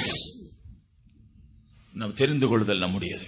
Choosing part belongs to us. இன்றைக்கு இந்த சத்தியத்தை கேட்ட பின்பு நாம் ஒரு தீர்மானம் செய்து இந்த இடத்திலிருந்து போவது நமக்கு நல்லது. Today, after hearing the truth of God, today let us make a determination, and after that if we go it will be good for us. நாம் எத்தனை பேர் கர்த்தருடைய வருகைக்கு முன்பாக இருக்கிற கர்த்தருடைய நாளை அனுபவிக்கிற நிலைமையில் இருக்கிறோம்? How many of us do have a state in which we are able to experience the experience of the day of the Lord before the coming of Jesus? நாம் சற்று நம்மை சிந்தித்து பார்ப்போம். Let us analyze ourselves. அடிக்கடி தனிப்பட்ட விதத்திலோ தேவனுடைய ஆலயத்திலோ சென்று தேவ சமூகத்தில் சென்று கர்த்தரை சந்திக்கிற அல்லது கர்த்தர் நம்மை சந்திக்கிற ஒரு அனுபவம் நமக்கு இருக்கிறதா? Do you have an experience of meeting the Lord while we gather as a group of people in the church, or do we meet Him personally? ஞானஸ்நான சத்தியத்தை கீழ்ப்படுத்த பின்பு அப்பம் பிற்கிற அனுபவத்தை நாம் விடாமல் தொடர்ந்து நாம அந்த அனுபவத்தை கைக்கொள்கிறோமா? After taking the water baptism, do we partake in the breaking of bread? நமக்கு ஒருவேளை சில தடைகள் இருக்கிறது என்று சொல்லலாம், இடையூறுகள் இருக்கிறது என்று சொல்லலாம். ஆனா எல்லா காரியங்களையும் கர்த்தர் ஏற்றுக்கொள்வார் என்று நாம் எதிர்பார்க்க கூடாது. We may say that there are some hurdles or hindrances to not to take part in the communion, but we cannot say that everything will be accepted by God. கர்த்தர் நம்மிடத்துல சொல்லுவார், நான் உனக்கு இந்த சந்தர்ப்பத்தை கொடுத்தேன், நான் உனக்கு இந்த ஸ்லாக்கியத்தை கொடுத்தேன், நீ அதை சரியாய் பிரயோஜனப்படுத்திக் கொள்ளாதது உன்னுடைய தவறுதான். God will say that I have given you such good opportunities to you, but it is on your part that you have done the wrong thing, that you have not chosen. ஒருவேளை இந்த அனுபவங்களை நான் பெற்றுக்கொள்ள முடியவில்லை என்று நீ என்ன முயற்சி செய்திருக்கிறாய்? And what are all the effort that you have taken to not to have these things in your life? பல நம்ம அநேக ஜீவியத்துல எனக்கு தடைகள் இருக்கிறது, எனக்கு இடையூறுகள் இருக்கிறது சொல்லி நம்முடைய அநேக ஆவிக்குரிய அனுபவங்களை அநேக காரியங்களை நாம அலட்சியப்படுத்தி கொண்டிருக்கிறோம். Many persons that in our life that we say that there are many hurdles in our life, so we do neglect many spiritual experiences. பிரியமானவர்களே, நாம அப்படி ஒருவேளை மனுஷரிடத்தில் அதை சொல்லலாம், கர்த்தரிடத்தில் அப்படிப்பட்ட காரியங்களை சொல்லும்போது கர்த்தர் ஏற்றுக்கொள்வார் என்று எதிர்பார்க்க வேண்டும். But beloved people, to the other man we may say something and they may accept it, but never the Lord will accept it. கர்த்தர் கேட்பார், நீ எனக்கு கீழ்ப்படிவதற்காக என்ன பாடுபட்டாய்? God will ask, in order to obey, what is the suffering that you have suffered? நீ என்ன நிந்தை சகித்தாய்? What is the reproaches that you have borne? எந்த அவமானத்தை நீ சகித்திருக்கிறாய்? What is the reproaches that you have made? தடை என்று சொல்லி நீ அசதியா தான் இருந்திருக்கிறாய். Always you are saying that it is a hurdle to you and you are slack in your things. நம்ம பார்த்து அப்படி கர்த்தர் சொல்ல வேண்டாம். And the Lord should not say such things. வேதத்துல பழைய ஏற்பாட்டுல தாவீதையும் யோனத்தானை குறித்து படிக்கிறோம். In the Old Testament we read about David and Jonathan. தாவீது சவுலனுடைய ஆயுததாரி. David was an armor bearer of Saul. ஆனால் யோனத்தான் சவுலுடைய குமாரன். But Jonathan was the son of Saul. Saul தான் ராஜா. Saul was the king. சரியானபடி தகப்பனுக்கு பிறகு மகன் தான் ராஜாவா வர வேண்டும். In the proper way, only the son should come after the death of his father as a king. ஆனால் யோனத்தானும் தாவீதும் உடன்படிக்கை செய்து கொண்டதை நாம் பார்க்கிறோம். But Jonathan and David had made a covenant that we see. யோனத்தான் என்ன சொல்கிறான்? What Jonathan had said? என்னுடைய தகப்பனார் மரித்த பின்பு நீ ராஜாவாக இருப்பாய், நான் உனக்கு இரண்டாவதாக இருப்பேன். After the death of my father, you will be the king, I will be second to you. அப்ப மனப்பூர்வமாக நான் ராஜாவாக மாட்டேன் என்று அவன் ஒத்துக்கொள்கிறான். So wholeheartedly he had accepted that I will never become the king. இதே போலதான் சிலர் தாங்களே சில தப்பான கன்க்ளூஷன் வரும், என்னால இந்த ஜீவியம் செய்ய முடியாது, நான் அப்படிலாம் ஜீவிக்க முடியாது என்று தாங்களே முடிவுக்கு வந்து விடுகிறார். Likewise, few people that they are coming to the wrong conclusion that I am not able to do so, I cannot lead such a life. ஆனா தாவீதோட உடன்படிக்கை இருக்கு. Yet there will be a covenant with David. இந்த தாவீதுன்னு சொல்ற முடியாது, கர்த்தர் ஆண்டவராக இயேசு கிறிஸ்துவுக்கு ஒரு அடையாளம். David is a shadow or the sign to the Lord Jesus Christ. தேவனிடத்துல நம்ம தீர்மானம் செய்கிறோம், உடன்படிக்கை செய்கிறோம், நல்லதுதான். We make the covenant and determinations with all, it is good. ஆனா அதன் பின்பு என்ன நடக்கிறது? But after that what happens? நாம் வேதத்துல பார்க்கிறோம், யோனத்தான் தன்னுடைய வீட்டிற்கு போனான், தாவீதோ காட்டிற்கு போனான். We see Jonathan went back to his house, but David went to the wilderness. நீ தாவீதோடு உடன்படிக்கை செய்யனா வீட்டுக்கு போனா எப்படி தாவீதோட இருக்க முடியும்? After making the covenant, if you go back again to the house, then how can you be with David? வீடு என்று சொல்றது நீ ஜீவிக்க வேண்டிய பிரகாரம் ஜீவிக்காம அசதியாகவும் நிர்விசாரமாகவும் சோம்பலா இருந்து பாடுபட விருப்பம் இல்லாமல் இருக்கிறதை காண்பிக்கிறது. And the house signifies that after making covenant, if you do not have the desire and if you are slack and if you are very uncareful about it. தாவீதோடு உடன்படிக்கை செய்தா தாவீதோடு காட்டுக்கு போ, அவரோடு சேர்ந்து கஷ்டப்படு, பாடுபடு. If you have made the covenant with David, along with David you should go to the wilderness and you should suffer the things in the wilderness. அப்பொழுது தாவீது ராஜாவாக இருக்கும்போது நீ இரண்டாவதாக இருப்பாய். Then only if King David had become a king, you will be the second to him. வெகு சீக்கிரத்தில் ராஜா இந்த பூமியில வரப்போகிறார், அப்பொழுது நாம் அவரோடு கூட சேர்ந்து ஆளுகை செய்யலாம். Very soon a king of kings is going to rule the world, then we can be also with him. இதெல்லாம் அலட்சியப்படுத்தி விட்டால், but if we do neglect all these, யோனத்தான் எல்லாம் உடன்படிக்கை வீட்டுக்கு போய் விட்டான்.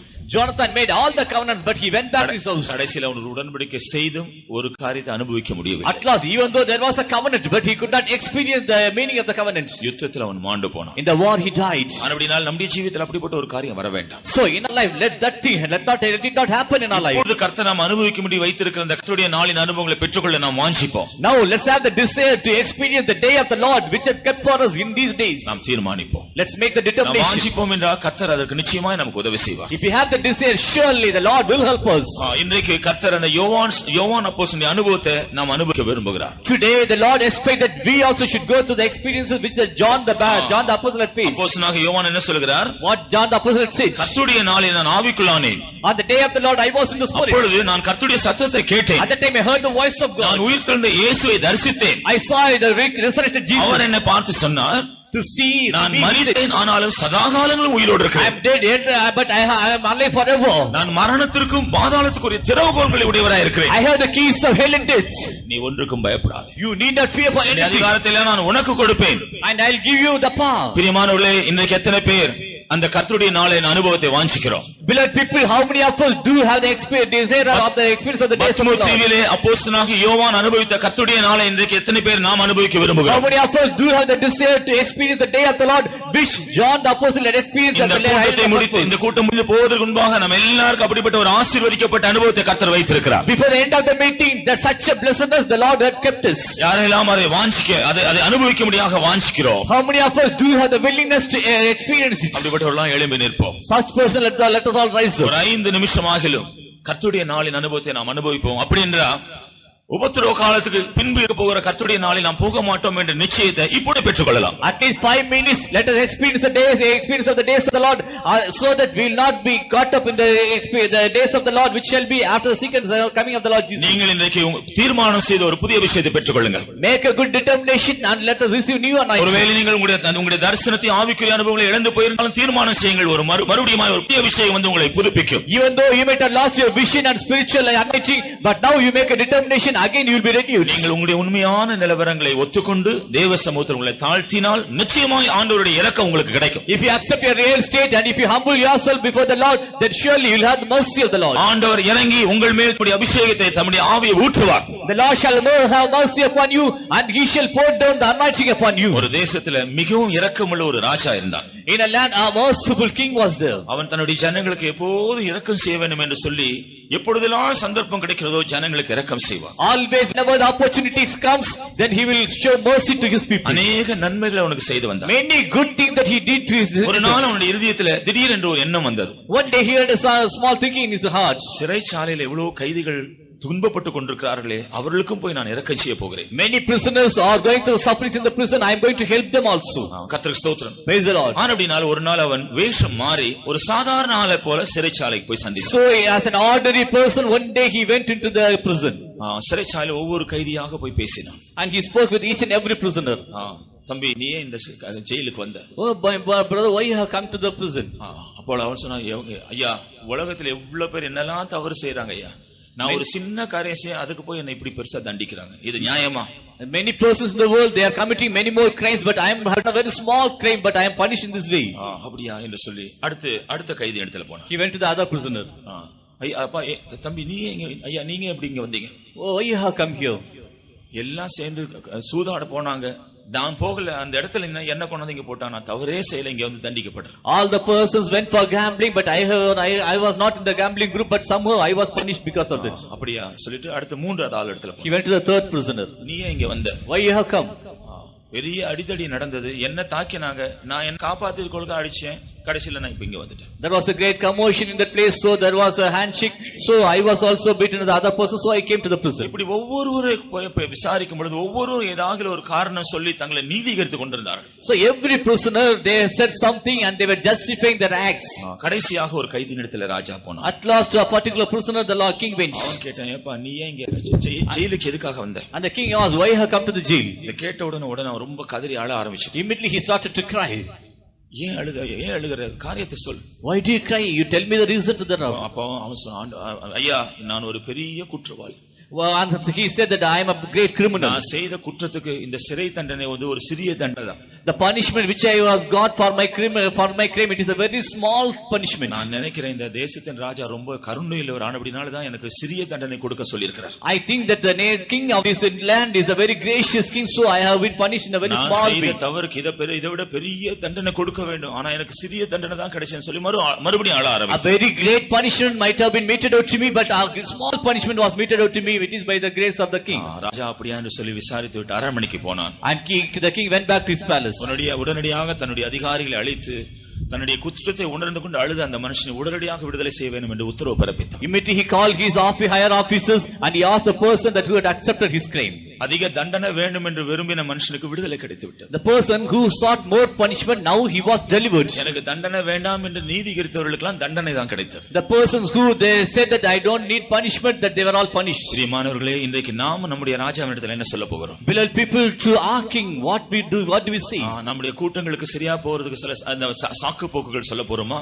And do we say any lame excuses that we are not going to the church? நம்முடைய புருஷன் மேல் பழிய போட போறோமா? Are we going to blame our husband? நம்முடைய மனைவியின் மேல் பழிய போட போறோமா? Or else we are going to blame our wife? நம்முடைய பெற்றோர் மேல் பழி போட போறோமா? Or else we are going to blame our parents? நமக்கு இருக்கிற வேலைகள் மேல் பழி போட போறோமா? Or upon the profession or the works?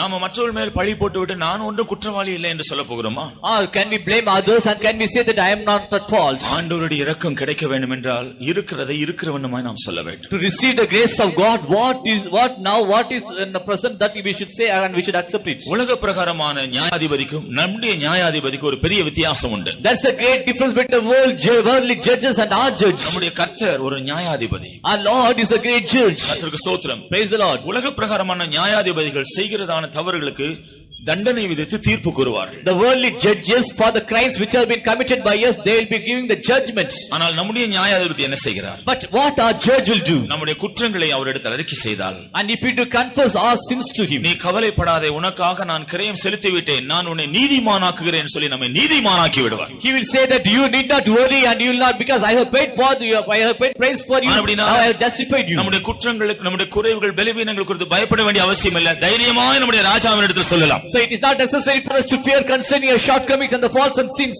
Come boldly we can say unto the king. யாரெல்லாம் அப்படி கர்த்தருடைய சமூகத்தில் அப்படி சொல்ல போகிறோமோ அவர்களெல்லாம் இன்றைக்கு கர்த்தருடைய நாளை அனுபவிக்க போகிறார்கள். Whosoever can say so in the presence of God, they are going to experience the day of the Lord. நாம் எல்லாரும் ஒரு நிமிஷம் நம்முடைய இதயத்தை கர்த்தருடைய சமூகத்தில் திறப்போம். Let us open our heart to the Lord. நம்முடைய இதயத்தில் இருக்கிற எல்லா காரியங்களையும் கர்த்தரிடத்தில் அறிவிப்போம். All the things in our heart, let us make it open to God. ஒருவேளை நம்முடைய பாரங்கள் இருந்தா அதை சொல்லுங்க. If you have any burden, you tell தேவைகள் இருந்தா சொல்லுங்க. If you do have any other things, you tell it. குறைவுகள் இருந்தா அறிக்கை செய்யுங்க. If you have shortcomings, you confess it. மனப்பிரயாசங்கள் இருந்தா கர்த்தரிடத்தில் சொல்லுங்க. If you do having any burden in your mind, எல்லாவற்றையும் உங்களை விட்டு மாற்றி இன்றைக்கு உங்களை அவர் அபிஷேகம் பண்ண போகிறார். He will change everything and he is going to anoint you today. அவருடைய சந்தோஷத்தை உங்களுக்கு தர போகிறார். He is going to give us your joy. அவருடைய சமாதானத்தை உங்களுக்கு தர போகிறார். He is going to give us your peace. நம்ம எல்லாரும் சற்று நேரம் நம்முடைய ராஜாவினிடத்தில் நம்முடைய நேரத்தை சொல்லுவோமா? Let us say all our state to our king. நம்முடைய ஒரு காரியத்தை மறைக்க வேண்டாம். Let us not even hide anything. எந்த தவறுக்கும் நீதிகரிக்க வேண்டாம். Let us not justify our deeds. ஆண்டவரே, நான் குற்றவாளி. Oh Lord, I am ஆண்டவரே, நான் உண்மையில்லாதவன். Oh Lord, I am unfaithful. நான் உமக்கு உண்மையாய் கீழ்ப்படியாதவன். I have disobeyed. நான் உம்மை அலட்சியம் பண்ணினவன். I have neglected you. நான் உம்மை கனவீனப்படுத்தினவன். I have dishonored you. நீர் என்னை மன்னியும். Oh Lord, forgive me. உம்முடைய இரக்கத்திற்காக நான் உம்முடைய சமூகத்தில் நிற்கிறேன் என்று சொல்லுங்க. I stand before you for your mercy. ஒரு அபிஷேகம் உங்கள் மேல் வந்து இறங்குகிறது. Let an anointing comes down upon you. நமக்காக நம்முடைய குற்றம் குறைகள் பரிகரிக்கப்படுவதற்காக எல்லாவற்றையும் அவர் செய்து விட்டார். For the atonement of our sin, he did everything. ஆகவே நாம் அறிக்கை செய்வோம் என்றால் நமக்கு மன்னிப்பும் சந்தோஷம் இப்பொழுது கிடைக்கும். So if we confess, then surely we will have the forgiveness of our God. ஒருவரையும் நியாயம் தீர்ப்பதில்லை. He will not judge even our அவர் ஒருவரையும் புறம்பே தள்ளுவதில்லை. He will not forsake anyone. நம்முடைய ராஜா நம்முடைய மத்தியில் வந்திருக்கிறார். Our king had come in our midst. எத்தனை பேருடைய இரக்கத்தை பெற விரும்புகிறீர்கள்? How many of us do willing to have the எத்தனை grace? பேருடைய தயவை பெற How விரும்புகிறீர்கள்? many of you would like to have his compassion? நம்ம எல்லாரும் அவர் நோக்கி கூப்பிடுவோம். Let us call unto him. இன்றைக்கு நம்முடைய ஜீவ மத்தியில் கர்த்தருடைய நாள் அனுபவத்தை நாம் பெற்றுக்கொள்ள போகிறோம். Today let us have a day, Lord.